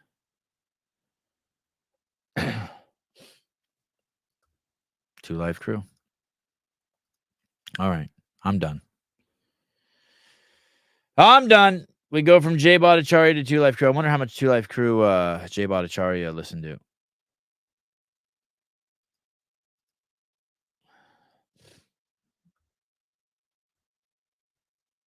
You guys want to finish with some CrossFit talk?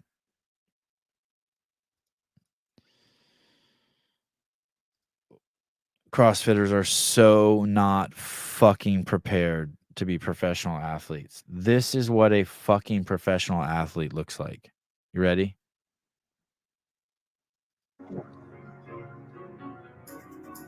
The 250cc class, the very class in which their father had lost his life. Michael Dunlop wins after his father died in the practice race 2 days earlier. This dude's fucking dad died on the track 2 days earlier. Less than 48 hours before. It's a remarkable story, and the drama continues. William Dunlop is out on the warm-up lap. Now it's down to Michael Dunlop, 20 years old, on the 3 bike in the middle of the front row. He's 20. His dad died on the track 48 hours before. Michael Dunlop is a big fella, but Christian Elkin looks to me to be just a stone or so lighter, and he's bounced on. He's gone by. And we are on the last lap, of course. Michael Dunlop knows he has a once-in-a-lifetime opportunity here. The 20-year-old is doing it for Dad. There's no doubt about that. He may even have a tear in his eye at this point. And he goes on the track and fucking wins. Oh, pity win? What was it really? Because it is funny how he passes that guy. Did they let him win? I was wondering that. Is that true, Sean? Did they let him win?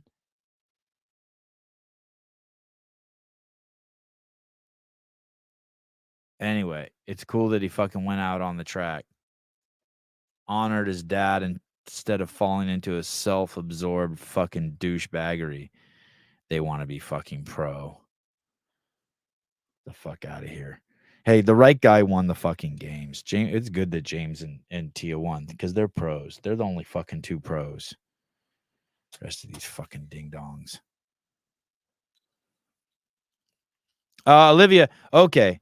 I'm pretty sure Laura Horvat freaking blocked me on Instagram. Is anyone else having trouble finding her account? I've never messaged her or commented or shit. No, she doesn't even fucking know who you are. She doesn't fucking know who you are, doesn't care who you are. Sorry, Olivia. She didn't block you. Jesus Christ. What are you, fucking 19-year-old girl? No one gives a fuck who any of us are.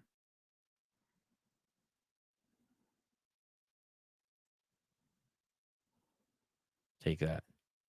Blocked you.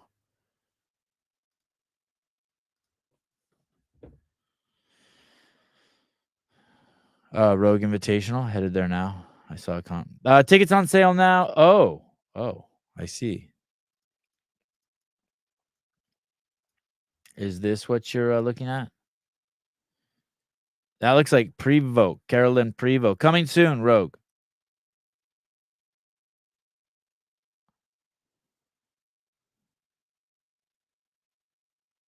Oh, yeah, that's a good line. Adrian Conway said, walk the plank.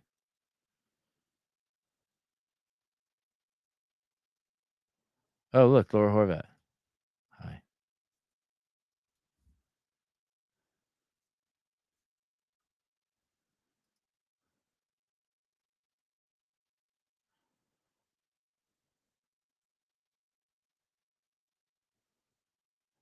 Look at Tank Reeves. This is awesome.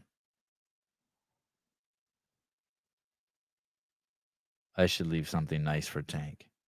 Shut up.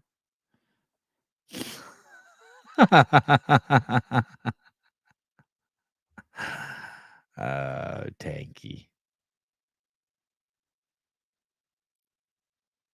Jesus. James Sprague's looking like Tom Selleck.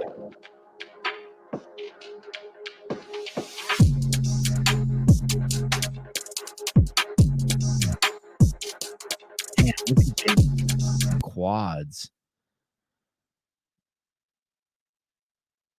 That's pretty much what my body looks like. I'm just a smaller version. Same amount of I have a little more shoulder hair. Maybe I should make a run at the games. All right. Jeff Niptard. Oh, those are the guys I don't even know who those guys are. Just two fucking meatheads, two juiced up dudes got in a fight in a gym. One guy threw another guy down on the ground by his neck. I saw the link you sent me. It just seems like normal stuff to me. If you're going to work out with big juiced out guys, listen, if you have a fucking here's the deal. If you have a fucking camera and you're filming yourself in a gym and you should expect for a big juiced up guy to grab you by the neck and throw you down. I'm not saying it's right. I'm not saying it's right. And Sebi smoking crack again. I'm just saying. It's like, hey, if the light's green and it says walk and you're looking at your phone when you cross the street, you should expect to be hit by a fucking car even if you have the right of way.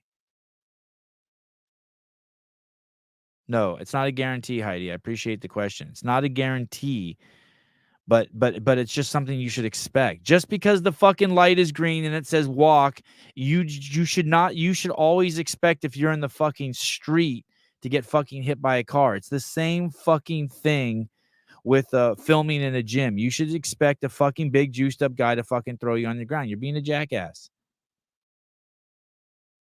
So yesterday, I have to repair my fence because my neighbors have two Malinois and I have this fucking giant boar bull, and they've been scratching at the fence so much that they've scratched a hole into the fence. So I have to go to fucking Home Depot where fucking real men are, and I take Ari there and we walk in there, and I buy a plank. It's like 6 foot by 2 foot. 18 inches. I don't know. Whatever. Maybe it was only a foot. Maybe it was only a foot wide. It was two what are the two? It was two fence slats wide. Anyway, I bought it. But when I pull into the Home Depot parking lot, everyone knows that all the Home Depot parking lots are the same. This fucking guy has his fucking truck parked at a fucking angle, only leaving one lane open. So cars are fucking taking turns passing by the front of the Home Depot because he didn't pull his truck in all the way to load it. Fine. Okay. Whatever. I don't give a fuck. But on the other side of the street, some fucking jackass, two jackasses, there were two carts there. Not one cart, but two carts in the street that were fucking butt fucking each other. You know when the carts are pushed into each other? And so on one side of the street, you have a fucking truck with its ass hanging out that's parked in front of the store. And then on the other side of the street, you have two fucking parking lots, shopping carts. So the parking lot, the area to go through is barely big enough for one car.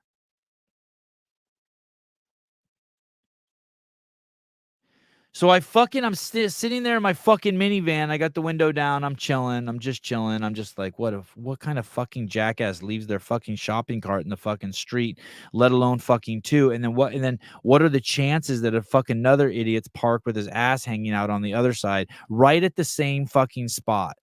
Right at the fucking same spot. I'm like, this is fucking crazy. I should buy a lotto ticket.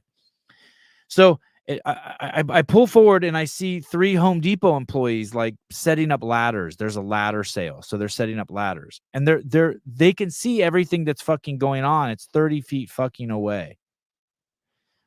So I said, hey dude, the guy looks over at me, this fucking white kid with a fucking beard and long hair. Just your typical fucking Santa Cruz kid with a schmuck on. And he's like, I go, hey, you see that truck right there? He's like, yeah. I'm like, it's got its ass hanging out. He goes, yeah. I'm like, which is cool. And he goes, uh-huh. And I go, but on the other side of the street, there's 2 shopping carts in the street, and it's causing a crazy bottleneck. You can see behind me, there's 20 cars backed up all the way to Best Buy. Because, you know, every Home Depot parking lot also has a Best Buy.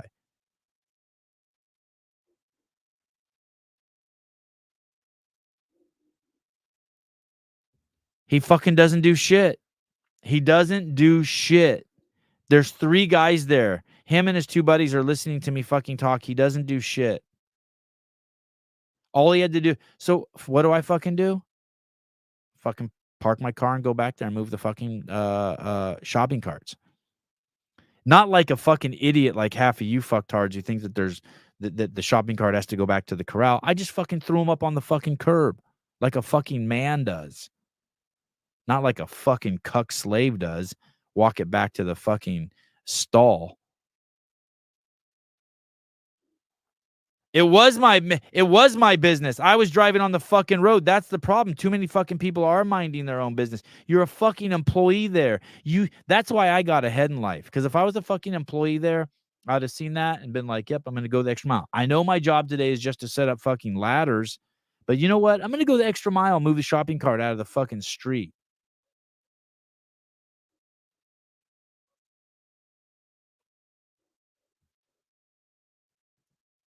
It's fucking insane. We live with fucking idiots. How is it that fucking I'm the only fucking person who sees that shit? It's so lonely at the top. It's so lonely having a fucking IQ of fucking 13 and it being double everyone else's.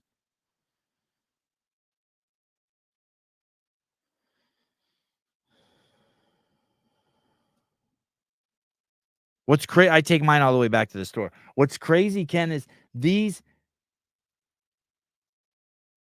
Patrick Rios says, do you have backup of your NorCal footage? There isn't a whole lot of interview footage from your camera A after the first day. Huh. Yes, comma, I do. That's not good. I will check after the show. Yeah, just use your fucking brain. Those shopping carts were 15 feet away from the front of the store. I mean, they were just across the street. Anyone could have just fucking gone over there and fucking they could have put them anywhere.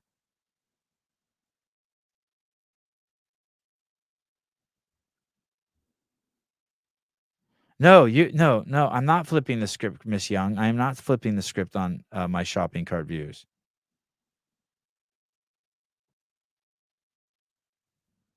Not at all.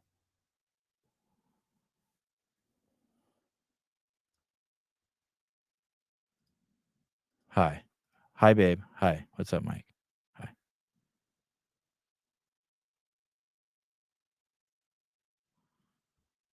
Yeah, I agree. We should just get rid of shopping carts altogether. You're right. What's up, Jesus? Good to see you, dude.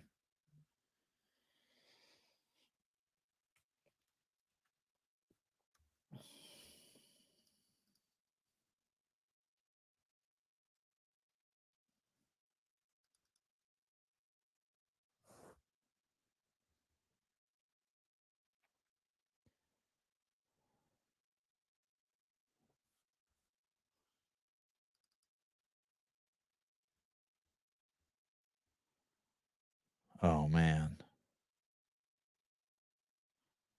Oh, man.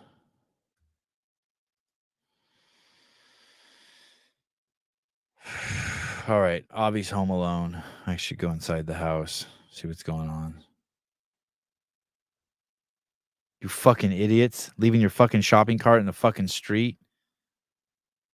I cut you a little fucking slack saying you don't have to take it back to the fucking corral. You don't have to take it back to the store. It just shouldn't be in a fucking parking spot. Or worse, who would have ever thought it would be in the fucking street? I'd never seen that before. In 52 years, you left a parking lot in the fucking street?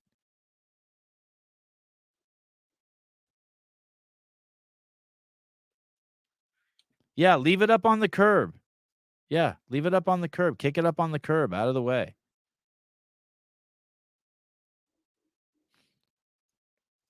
I like the places that have the wheel locks that prevent them from leaving the parking lot. Where was I the other day? There was a shopping cart somewhere and I went to move it. It was in a fucked up spot and I couldn't because the wheels were locked. It was like, I wonder if that was in Newport Beach. It was on a sidewalk somewhere. And I went to move it and it was all fucking locked up. I wonder how much a shopping cart. I wonder what the heaviest. I wonder how much a shopping cart weighs. How much does a shopping cart weigh? Oh, there's a whole bunch of them. 54 to 62 pounds. Standard steel carts can weigh almost 70 pounds. Grocery carts. There's different models. The T6242 is 62 pounds. Wow, there's shoppingcart.com. Wow, where you can buy shopping carts. God, I bet you those are so fucking expensive.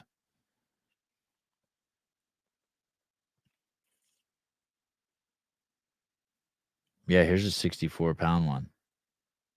Oh, here's a 68-pound one. Wow. What's the lightest shopping cart? I think I saw 34 pounds. That sounds pinner.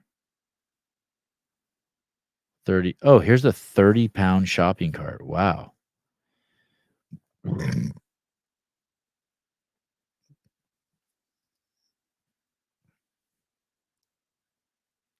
Metal carts. Oh, that's not that expensive. I thought they'd be more than that. $225 for a shopping cart. Okay. With little plastic bumpers on it. I bet you the shipping on that's insane.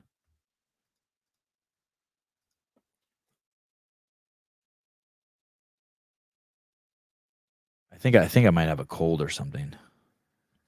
My throat's been sore for like on and off for a little bit here. All right.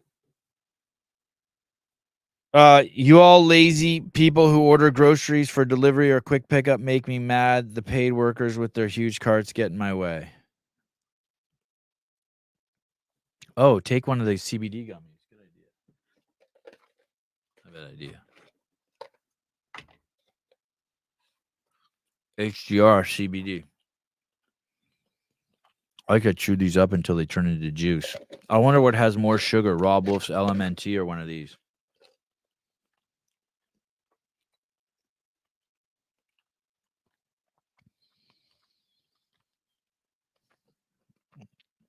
This has 1.8 grams of sugar. 2 grams of protein. There's protein in this?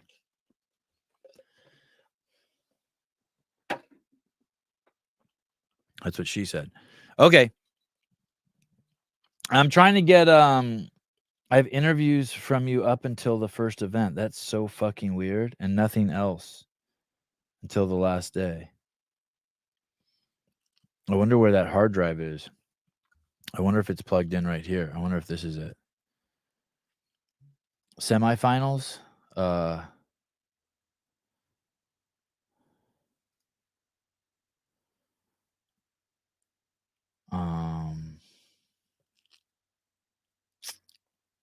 2024 CrossFit Games.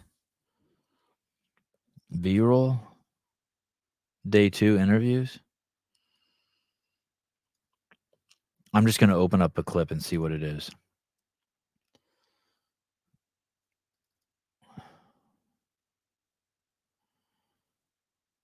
Oh, this isn't.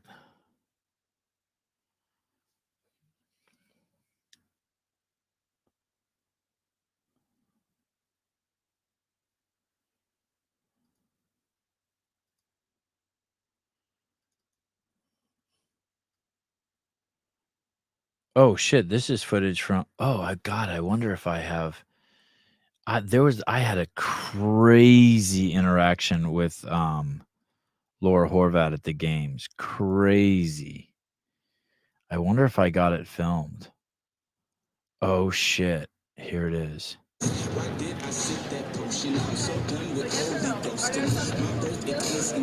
hope so. I hope so. I hope so.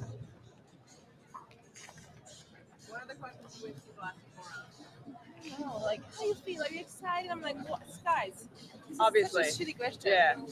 Like, every single thing, are you excited? I'm like, obviously. What would you like to talk about? Like, if you had the chance, substantively.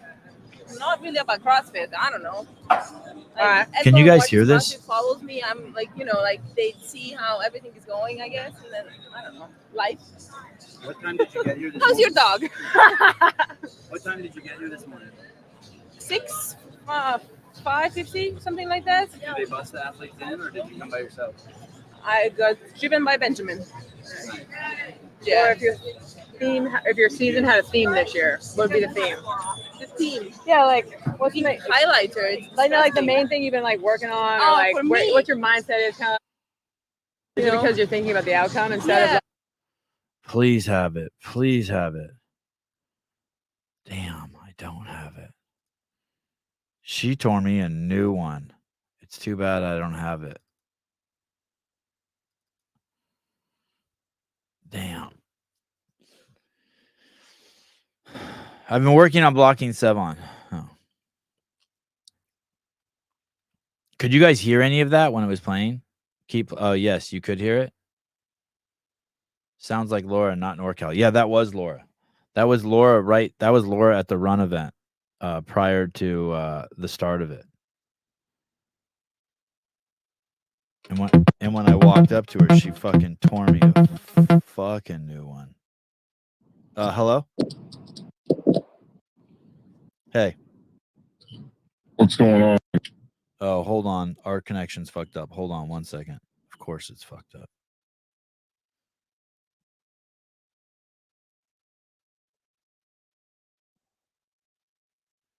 Hello? Hold on. Something's still not right.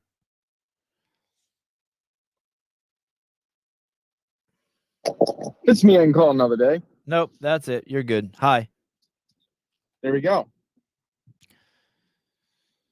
How are you? I'm doing all right. What's going on? Oh, nothing. I'm a little snotty today. My sinuses are a little snotty. You know, I had I don't know what it was, but I had like the flu for like 2 days, and then I just was snotty for like a week and a half, 2 weeks. It wouldn't leave me. Yeah, I don't know. But hey, what was that term Greg used about salt drinking it? Isotonic. Isotonic. Yeah, he basically. Does he normally? Go ahead.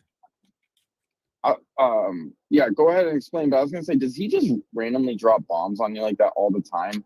Where it's like, it seemed like we were all supposed to have known that isotonic electrolytes don't do anything. Yeah. I mean, just like I've this heard gem that. that he knew. He does drop bombs like that before, but I've heard most of this. No, I shouldn't say most. A lot of stuff I've heard before. He basically went to war with Gatorade over their hydration thing. Like it's a complete fucking joke. A sugary drink that claims to increase your electrolytes, but it actually dilutes your electrolytes, and you could fucking kill yourself if you would have followed. No, not you could. People did kill themselves following Gatorade hydration guidelines. They got fucking brain swelling and got encephalopathy. And then on top of that, he basically would, just show you that, hey, you can't drink electrolytes in a mixture and hold it down in a mixture that's Eatable. I'm trying to think what the word is. Basically, there's a ratio. I don't know how to explain it other than this, but let's say your level of electrolytes is supposed to be 100. The most you could ever drink, the level in a drink would be 50. So every time you thought you were adding them, you were actually diluting your baseline of 100. You know what I mean? Does that make sense? That changes everything, because I've been this guy like drink electrolytes twice a day, add salt to my protein shakes. Like, I love how Greg says these bombs, and it just like what's common sense to him changes my world. Yeah, I can't imagine what it's like being his friend. And it just takes it's not like it's rocket science either. You just have to ask the question, right?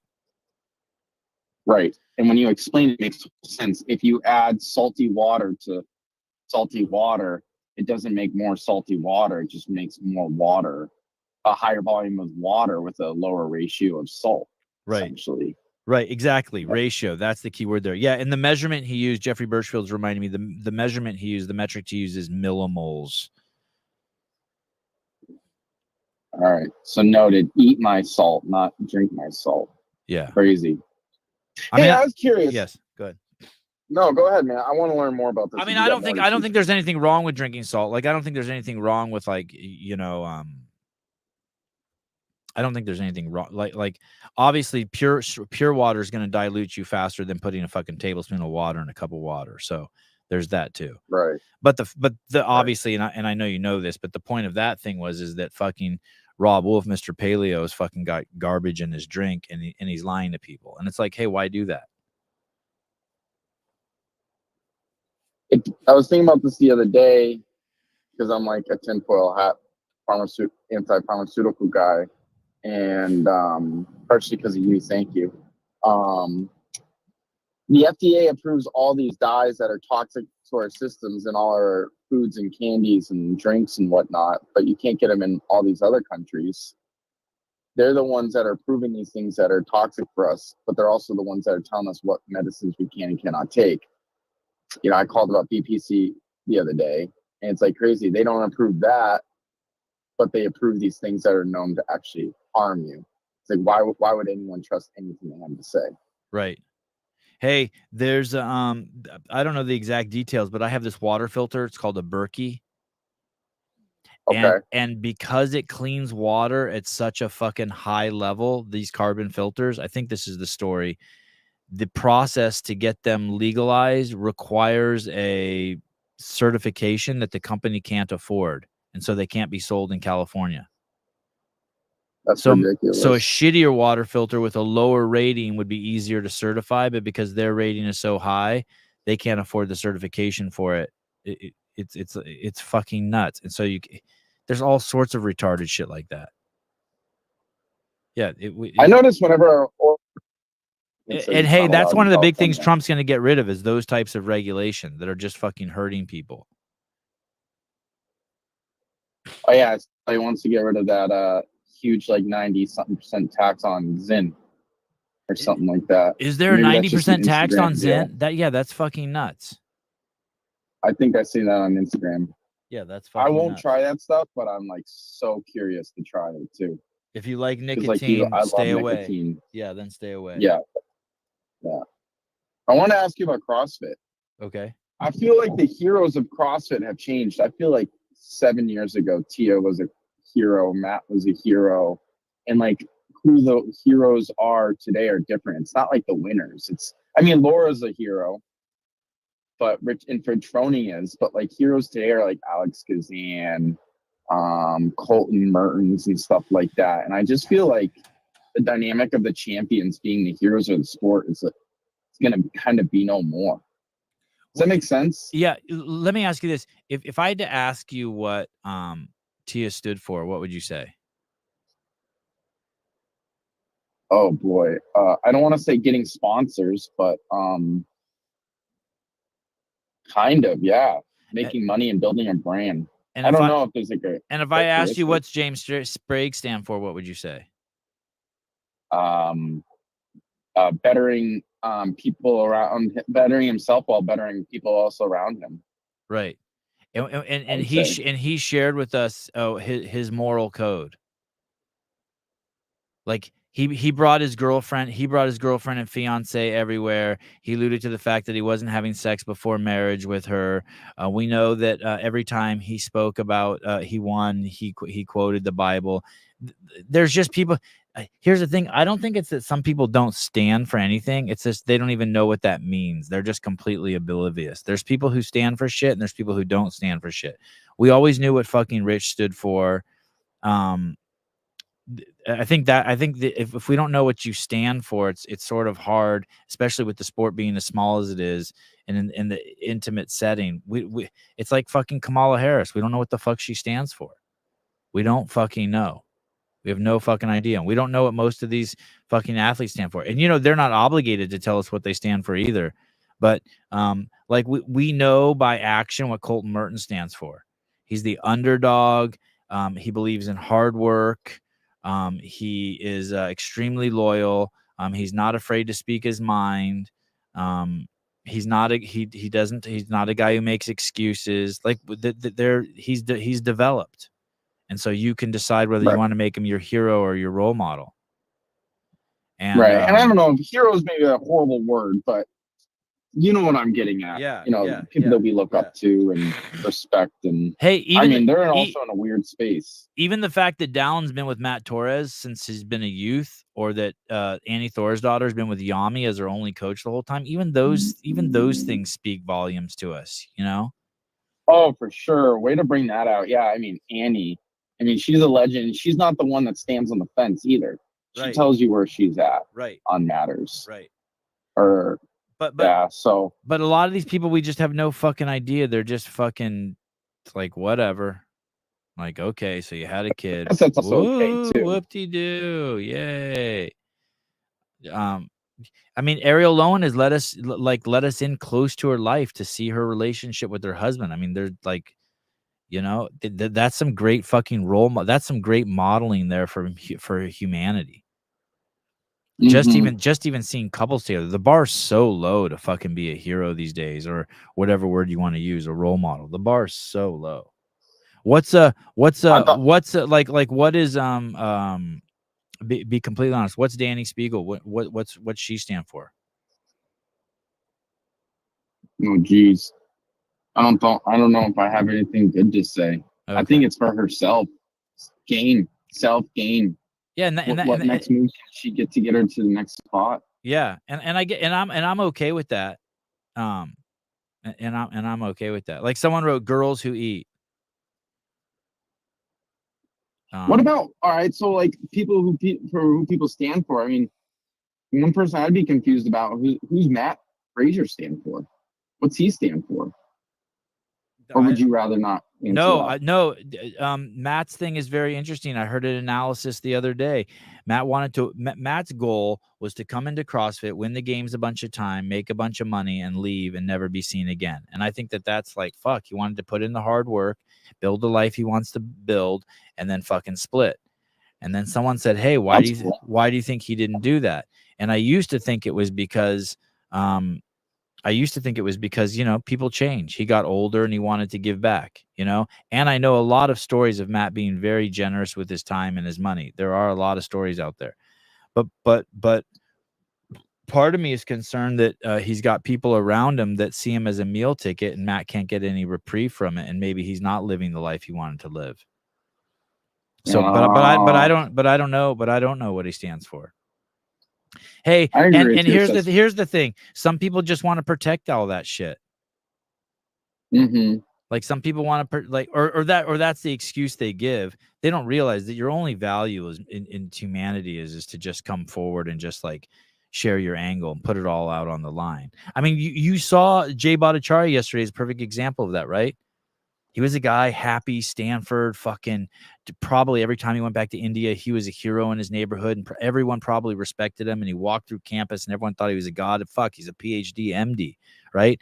And then all of a sudden, all of that shit got fucking flipped upside down, and he's like, okay, what's my play? Do I fight it and try to get my respect back, or do I just go with it? And he just went with it. And people respect him so much more.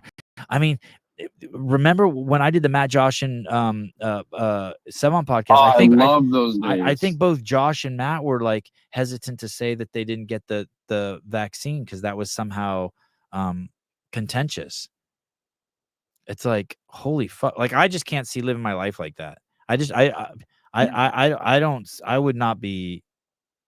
believe anyone can be happy living their life like that, uptight and guarded. I don't. You know, someone said to me the other day, I told the story. I was like, my wife's, this is totally off subject, but someone, I think it was Judy, said it to me. I go, yeah, my wife was talking to me while we were having sex. And she goes, was that distracting? And I don't even understand the question. I realized last night I was thinking, distracting? What do you mean distracting? I feel like it would be distracting. I'm not a woman. I'm a man. I'm distracting. You could fucking cut my head off with a fucking skill saw while I'm fucking, and everything will be fine. I'm distracting. Yeah. But I think I can relate to some.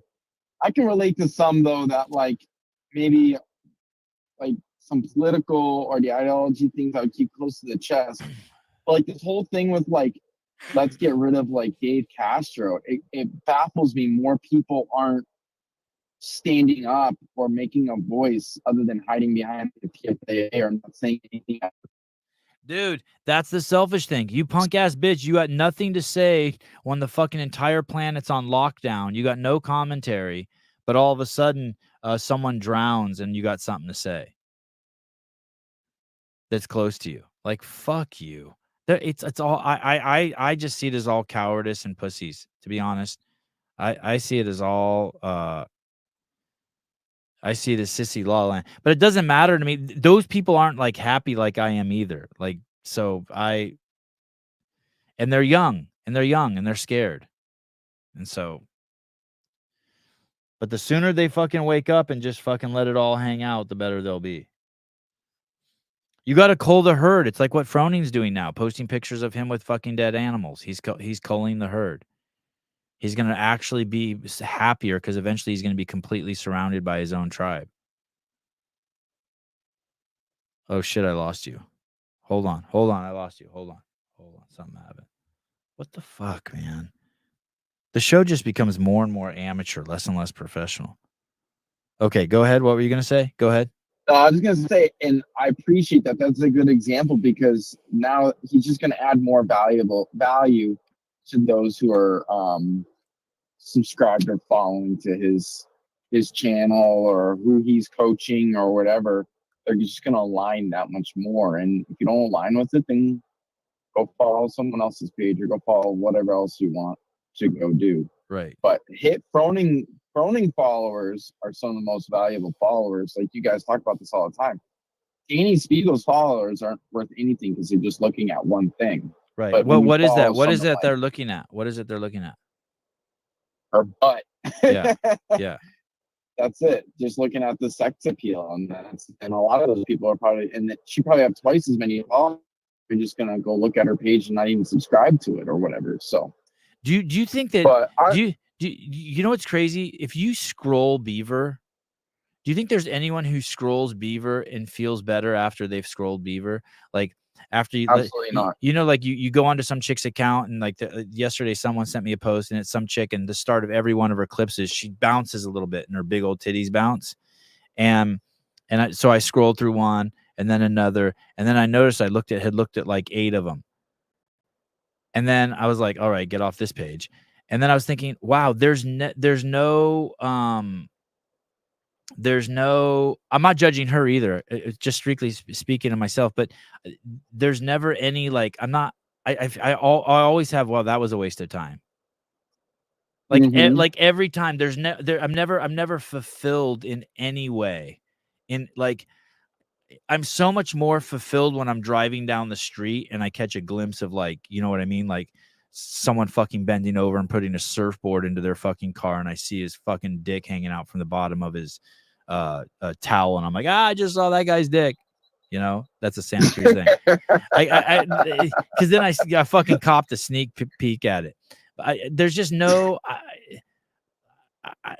it's just stupid. By no means, and I'm not a fucking libtard. I'm not saying outlaw it. Fucking do what you want to do. You want to fucking doom scroll on Beaver, but like I would just love someone to be like, yeah, I'm so fulfilled by just scrolling through fucking photos of girls' hard bodies. It's like, no, it's almost like, you know what? Have you ever left your car on in the driveway and you come back 20 minutes later? You're like, fuck, my car's been on this whole time, and you feel like shit because you know you wasted gas and just blah blah blah. Well, that's a great analogy. That's exactly how I feel if I ever get stuck on a on any Beaver accounts. I'm just like, fuck, that was a waste. I remember when I was a kid, if you wanted to, I was born in 92. If I wanted to see porn, you'd have to go steal it from the corner store, get one of those Penthouse magazines. And nowadays, it's just so much more readily available. And I hope more young men realize what it can do to you. Hey, why is porn? I was trying to figure out why porn is bad. Why? I could only think of 2 reasons. I mean, I would say, if you want to say morally, if that's your choice, it's morally wrong, but mentally, it's not good for your, like, it takes away dopamine. You get this instant dopamine rush, and then you're teaching your body that you can just go to this thing and get a fix of dopamine. and a release, and then you're utilizing it in a way that your body just can't reproduce. What do you mean morally wrong? Like I was trying I'm gonna have this guy Lance on the show. I can't wait to ask him. What do you mean morally wrong? Like you wouldn't want your sister to, or your mom or your daughter to be involved in it? So why would you? Yeah. And those are all people's moms and daughters and sisters. So like I view that like the sex, all that is sacred, and it only belongs between a man and a wife. You know. Oh, and you do anything believe that? outside of that, or yeah, and so viewing anything outside of that, I would view as. But you're not actually having sex. Right. You're just watching other people have sex. Maybe they're so. If you watch married people have sex, that would be fine. No, because it's like you can't help but when you watch that and still have a thought of like you still like thinking of doing it is still the same as can be the same as doing it. You know, when you're aroused by looking at other people having sex, that's like the Bible. Like I do believe in the Bible. Like the Bible says, you know, you're allowed to come in your heart, and it's like the same thing as committing adultery. So, and you know what? It's not good for me. I mean, I've battled with this in the past, and it's affected my love life. And I don't want to do that to my wife. That's not fair to her. Yeah, that's the only. Hey, so that's the primary reason why. Here's the only two things I think of is I'm having another gummy. I hope you don't mind. HGR CBD. The only two things that jump out at me right away about porn is, well, three things. One, I wouldn't want my mom or my daughter or my sister doing it. So there's that. The second thing is then it prohibits me like from pursuing my wife, right? I think Graciano said it. It's better to have to work to see a set of titties, and I like that. You know what I mean? Agreed. So I don't want to like jerk a load and then that make it so that I'm not like as interested in my wife that night. So there's that one. And then the second one is I don't want my boys to see it because I think if you see porn too soon, it's like picking fruit too early. Oh. Do you know what I mean? Like, I loved being completely naive about girls for as long as I could. It was just fucking great. Like I didn't know, like I was just maturing inside. You know what I mean? Like I knew at 5 something was up. And then at 16, when a fucking girl kissed me, it was like fucking bonkers, right? And I'd never seen any porn at 16. I was like, holy fuck. And then at 17, when I took a bra off, it was like, holy shit. Like I just loved, like I had sex before I'd ever seen anyone else have sex. The first person I ever saw have sex was me. And I think that that's the way it should be. I mean, unless you stumble into your parents' room or something. But I can't fucking believe being a kid these days and the shit that's available, and you could see so much fucking crazy shit before you ever have even had sex. That sounds nuts. And I do know a story.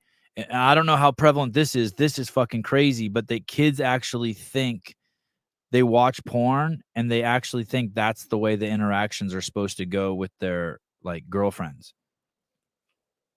And I was just about to go there. And that's fucking nuts. Like before you start doing the crazy porn shit, you should have I think you should probably have like a strong relationship. Like you should date a girl, for a while before you start fucking getting crazy with her. You should show a little fucking respect and build some trust. Right. Oh yeah. Before you start treating her like a cum dumpster, that takes some time. And a girl who does have, I mean, maybe this is not fair. I might get chewed up for this one, but a girl who does want to have sex like a porn star, generally there's something else there. There's some kind of baggage. Maybe I'm wrong. I could be totally wrong, but I don't know. 30 to how natural sex is. Yeah, I feel like something clicks over for chicks in their 30s, and they're just fucking.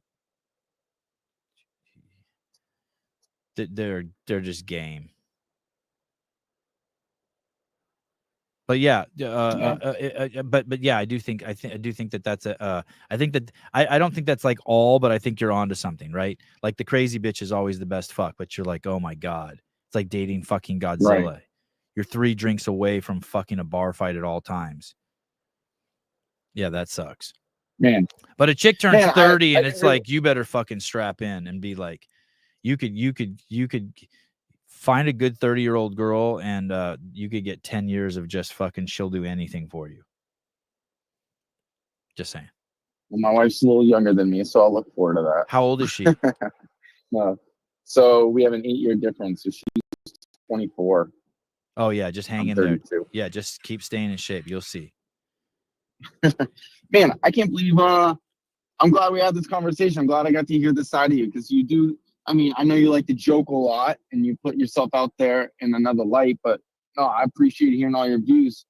I want to ask you one other question and I'll let you go. Yeah. Greg, I know his big thing isn't business, but he's a great business owner. And I'm about to start a second business. I'm that guy in New Hampshire with the window cleaning business. We talked over the phone. Yeah. A couple weeks ago, and you're coming out this way. Remember, I called you. I'm like, what the fuck, dude? That was nuts. I was kind of curious. I was like, man, I wonder what the other guys' reactions were. I'm sure you told them what their reactions were. Greg wants to hang out with you. Greg's like, hey, dude. Because it wasn't at his house, and the person whose house it was like, you know, they have kids and shit, and so they saw, you know, what we're talking about, so they fucking freaked out. But Greg's like, hey, let's hang out with that dude. I want to hang out with that dude. That's cool. Yeah, that's super cool. And even Greg's security detail was like, hey, we should have coffee with him. I fucked that up. I dropped the ball on that. Sorry, I should have told you that. Anyway, go ahead. So what's your question? So you're starting a second business. Yeah, so, and I was curious. I always want to call in and ask him, but I'm too nervous to do it. But like when he starts a business, like what's his mindset? Like I feel like you can't just go into business to make money. You need to go in business with like a purpose behind it. And obviously, I'm not going into like we're gonna build a property. We're going from window cleaning to property management, and it's going to be for the rich. It's only going to be for those who own second and third and fourth, fifth homes on a lake that are, you know, $3, $4, $5 million. But I feel like there still has to be purpose. And I just wonder, like, what's his thought when like you're putting a business plan together and writing something up and like a North Star? Does that make sense? Yeah. Or do you feel like that's like just too deep? No, not at all. Like if you want to be successful and happy, Jesus just said it, care. It's like who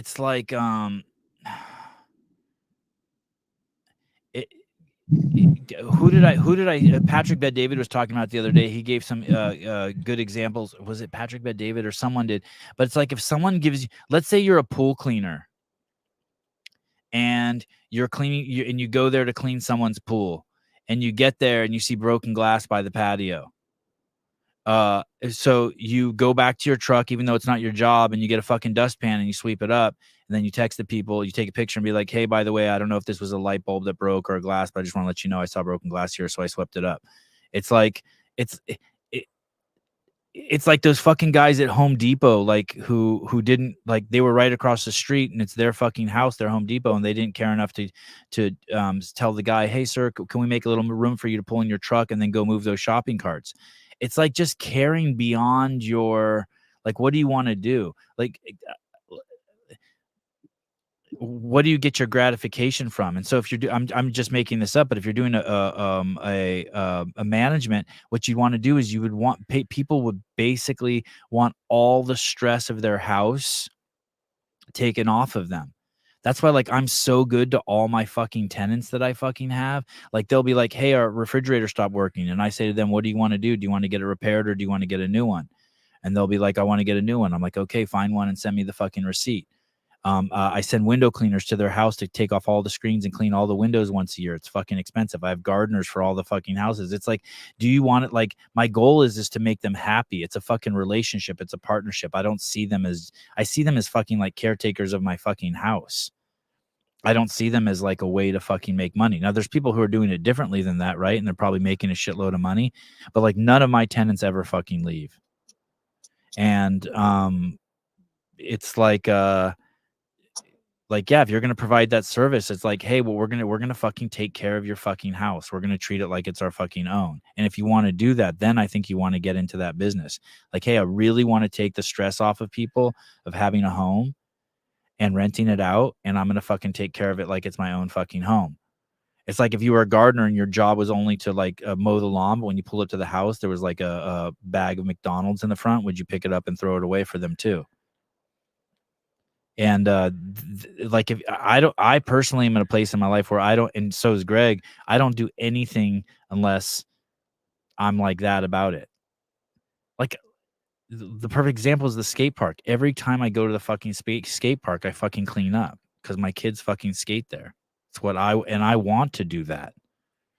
And so if your goal is like, hey, I really know how to fucking take care of people's houses and take the stress off of them, and I can really add value to their life, then I would fucking do that. That's what will be fulfilling. It's like the difference between, you know what I mean? It's like the guy I had a guy build a dream house for me in Berkeley, an 800 square foot home. And he knew I wanted it to be my fucking dream house. It was an 860 square foot home with 3 bedrooms. And I wanted to take all the bedrooms out of it. And everyone's like, that's a stupid idea. You'll never be able to sell it or rent it again. I'm like, I don't care. I'm building my dream house. And he got it. And he treated everything like that. Let's make these drawers perfect. Let's do this. Let's put in this lighting. He did all sorts of weird shit for me. And so if you can't have that about taking care of people's houses, then I wouldn't do that business. But I would fucking get so into it at that level. So it's so fulfilling to you because then dude, there's so much happiness in serving people. I mean, you know that. You're in the service industry. There's so much happiness in serving people. So much fulfillment. That's why I love it. Yeah. Especially the luxury side of it. When you're working with people who have wealth, what they understand about life is what's most invaluable is time. And it's not money. And when, like you said, if I can be that person for them. I remember one customer, I was talking to him about it, and he makes like $30,000 a day. And he had to meet a septic guy. He's like, I'd rather pay you $300 to meet the septic guy than for myself to go, I miss pickleball. And he's like, that might sound ridiculous to you, but that's my time to get away. I've made enough money. I'd rather pay someone else to do these things. Yeah. And I can be that guy. Or let's say you go to someone's house and you clean their windows, and then you're out front and you see their car windows are dirty, and you just clean their car windows and be like, hey, just so you know, on the way out, we just fucking cleaned up your car windows too. I mean, it's like those little things. Yeah, it's just, but you have to care. I mean, you know what I mean? You're not doing it to you're and then you're rewarded for it for just fucking caring. That's a great characteristic to just have as a person. If you want to reward yourself outside money, because money is not a real reward, it's doing things like that. Like, man, I did something for somebody that made their day better, made their life easier. Yeah, like the waitress the waitresses, like my kids are learning that every time we fucking go out to eat or somewhere, the waitresses are so fucking nice to my kids because they're fucking nice, because they care. And they say please, they say thank you, they make the eye contact. And so it's yeah, you know. And of course you get burned more than you get burned more than you get burned a lot, right? I mean, you know it. You've been there where like you hold the door open for someone and 15 other people walk through and they don't even look at you or grab the door, even though it's their turn to grab it. And you're like, what the fuck is going on here? You know, but it just is. It just is. Would you rather be you or would you rather be them? Oh, what a good question. Would you rather be you? Would you rather be them? I gotta ask. I always ask myself that. I always say, anytime I get upset at stupid people, I'll be like, well, would you rather be them, just completely oblivious and fucking lost in the fucking matrix? No, thank you. Man, thank you. Great talk, man. All right, keep me posted. Just call you more when you have nothing going on.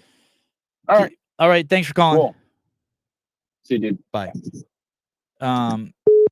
Ken Walters, one of my son's companies is called Mad.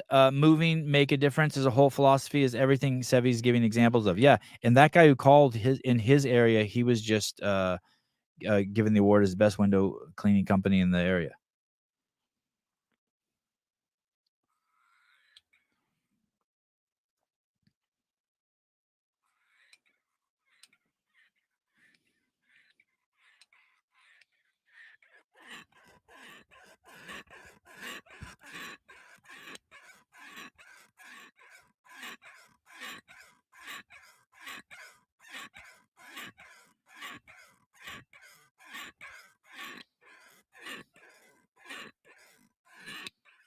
Do you ever wonder why I have such nice forearms?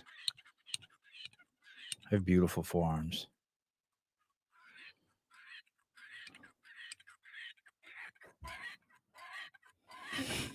That sounds like Grant breathing.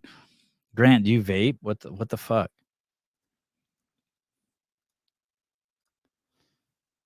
This guy's a loser.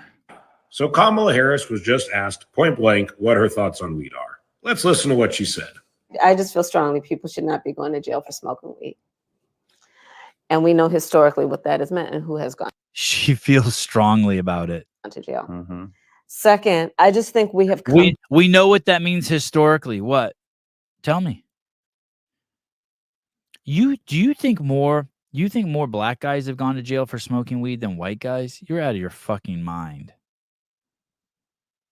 You are out of your fucking mind.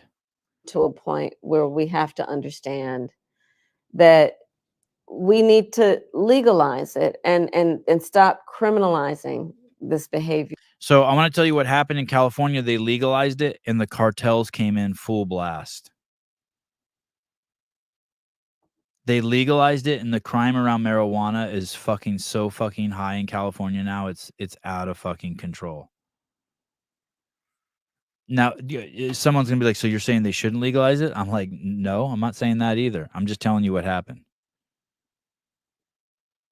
Mike McCaskey, the country's obsession with weed while we have open borders and send hundreds of billions of dollars to Ukraine. I know, that's what I was thinking. Seth Rogen is,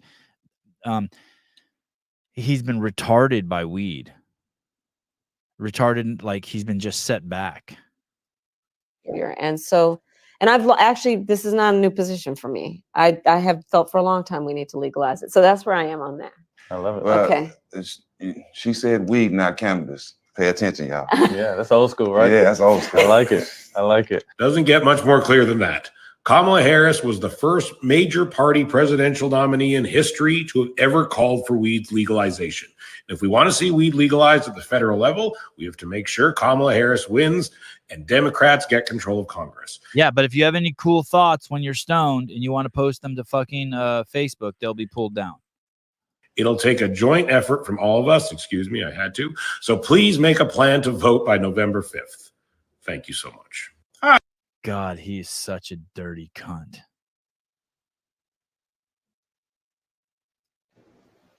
No, we're not here to talk about weed, but actually something much more important to us. Dementia has affected my family since I was very young. After watching my mom care for both my grandparents through their long journeys with dementia, I noticed my mom starting to repeat herself when she was just 52 years old. As much as I didn't want to accept that dementia had come from my mom at such a young age, she was diagnosed with Alzheimer's just before her 55th birthday. Over the next 5 years, I saw Lauren's mom lose the ability to talk, walk. Oh, more scripted shit. Jesus Christ. Vote for Kamala because of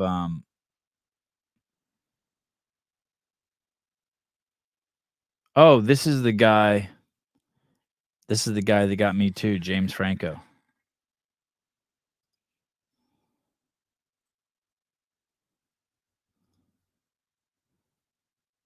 James was teaching at NYU and eating.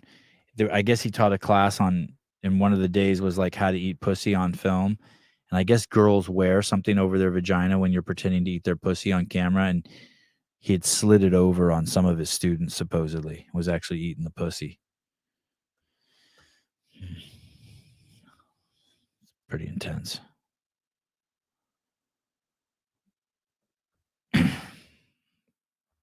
They suck at reading. I don't know. I'm not one to talk.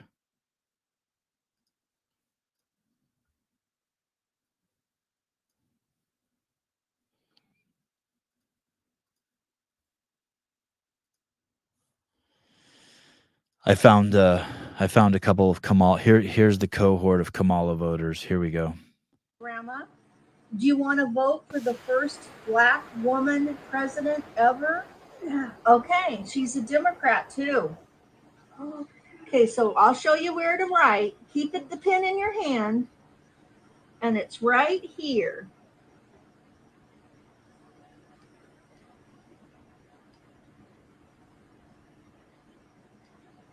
Good job, Grandma.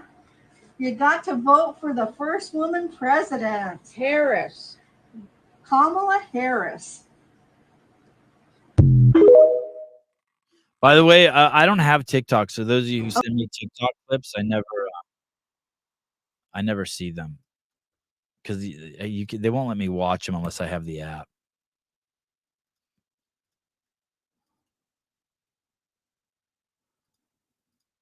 God, this one's fucking amazing. You ready for this? This is amazing. Listen carefully to this.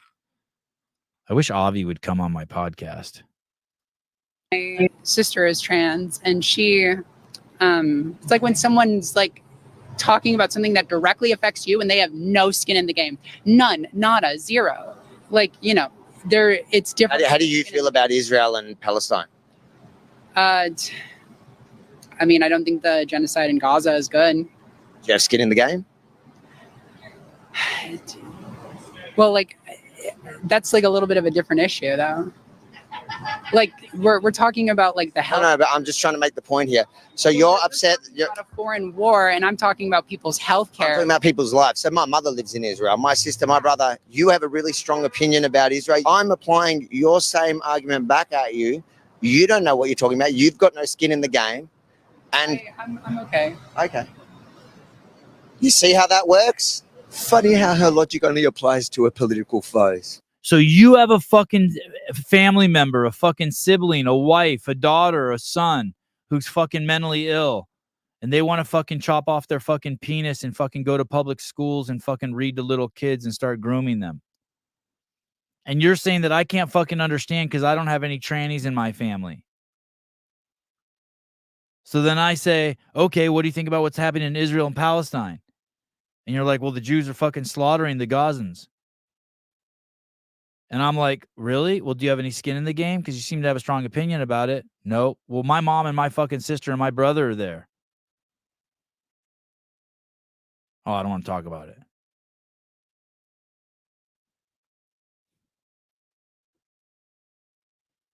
And then she's like, we're talking about war. Yeah, we're talking about you're being a codependent to your fucking siblings' mental fucking health issues. Fuck off, he's good. Man, he's good. What a G.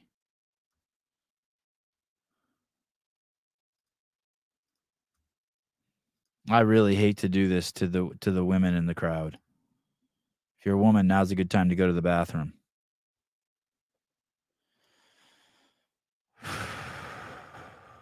Hope you'll forgive me if I get emotional. Climate emergencies are not gender neutral.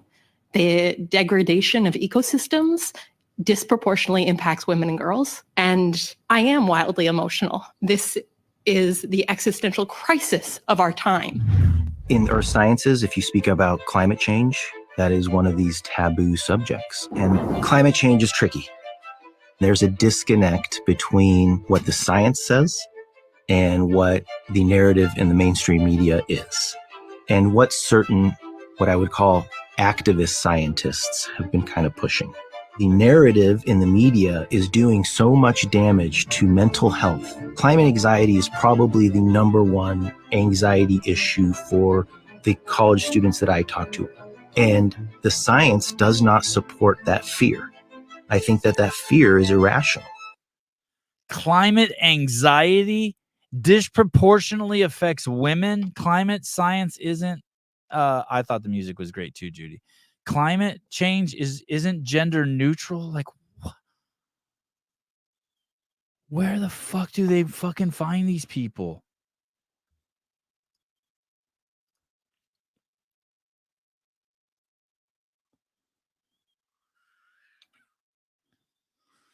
Holy fuck. Yeah, This is totally real. I know girls genuinely freaking out about climate change. Yeah, I'm sure it is. I'm sure it is. That's what's crazy.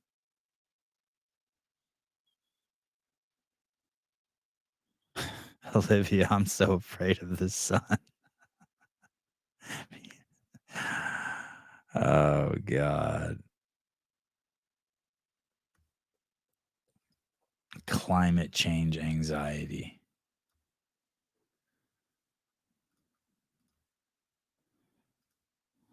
I wonder what's going to happen to Bhattacharya after he reads Moth and the Iron Lung. I almost felt bad suggesting it to him. A study of 1.7 million children found that heart damage only was found in COVID-vaxxed kids. This is huge news, ladies and gentlemen. A major study involving 1.7 million children has found that heart damage only appeared in children who'd received the COVID mRNA quote-unquote vaccines. Not a single unvaccinated child in the group suffered from heart-related problems.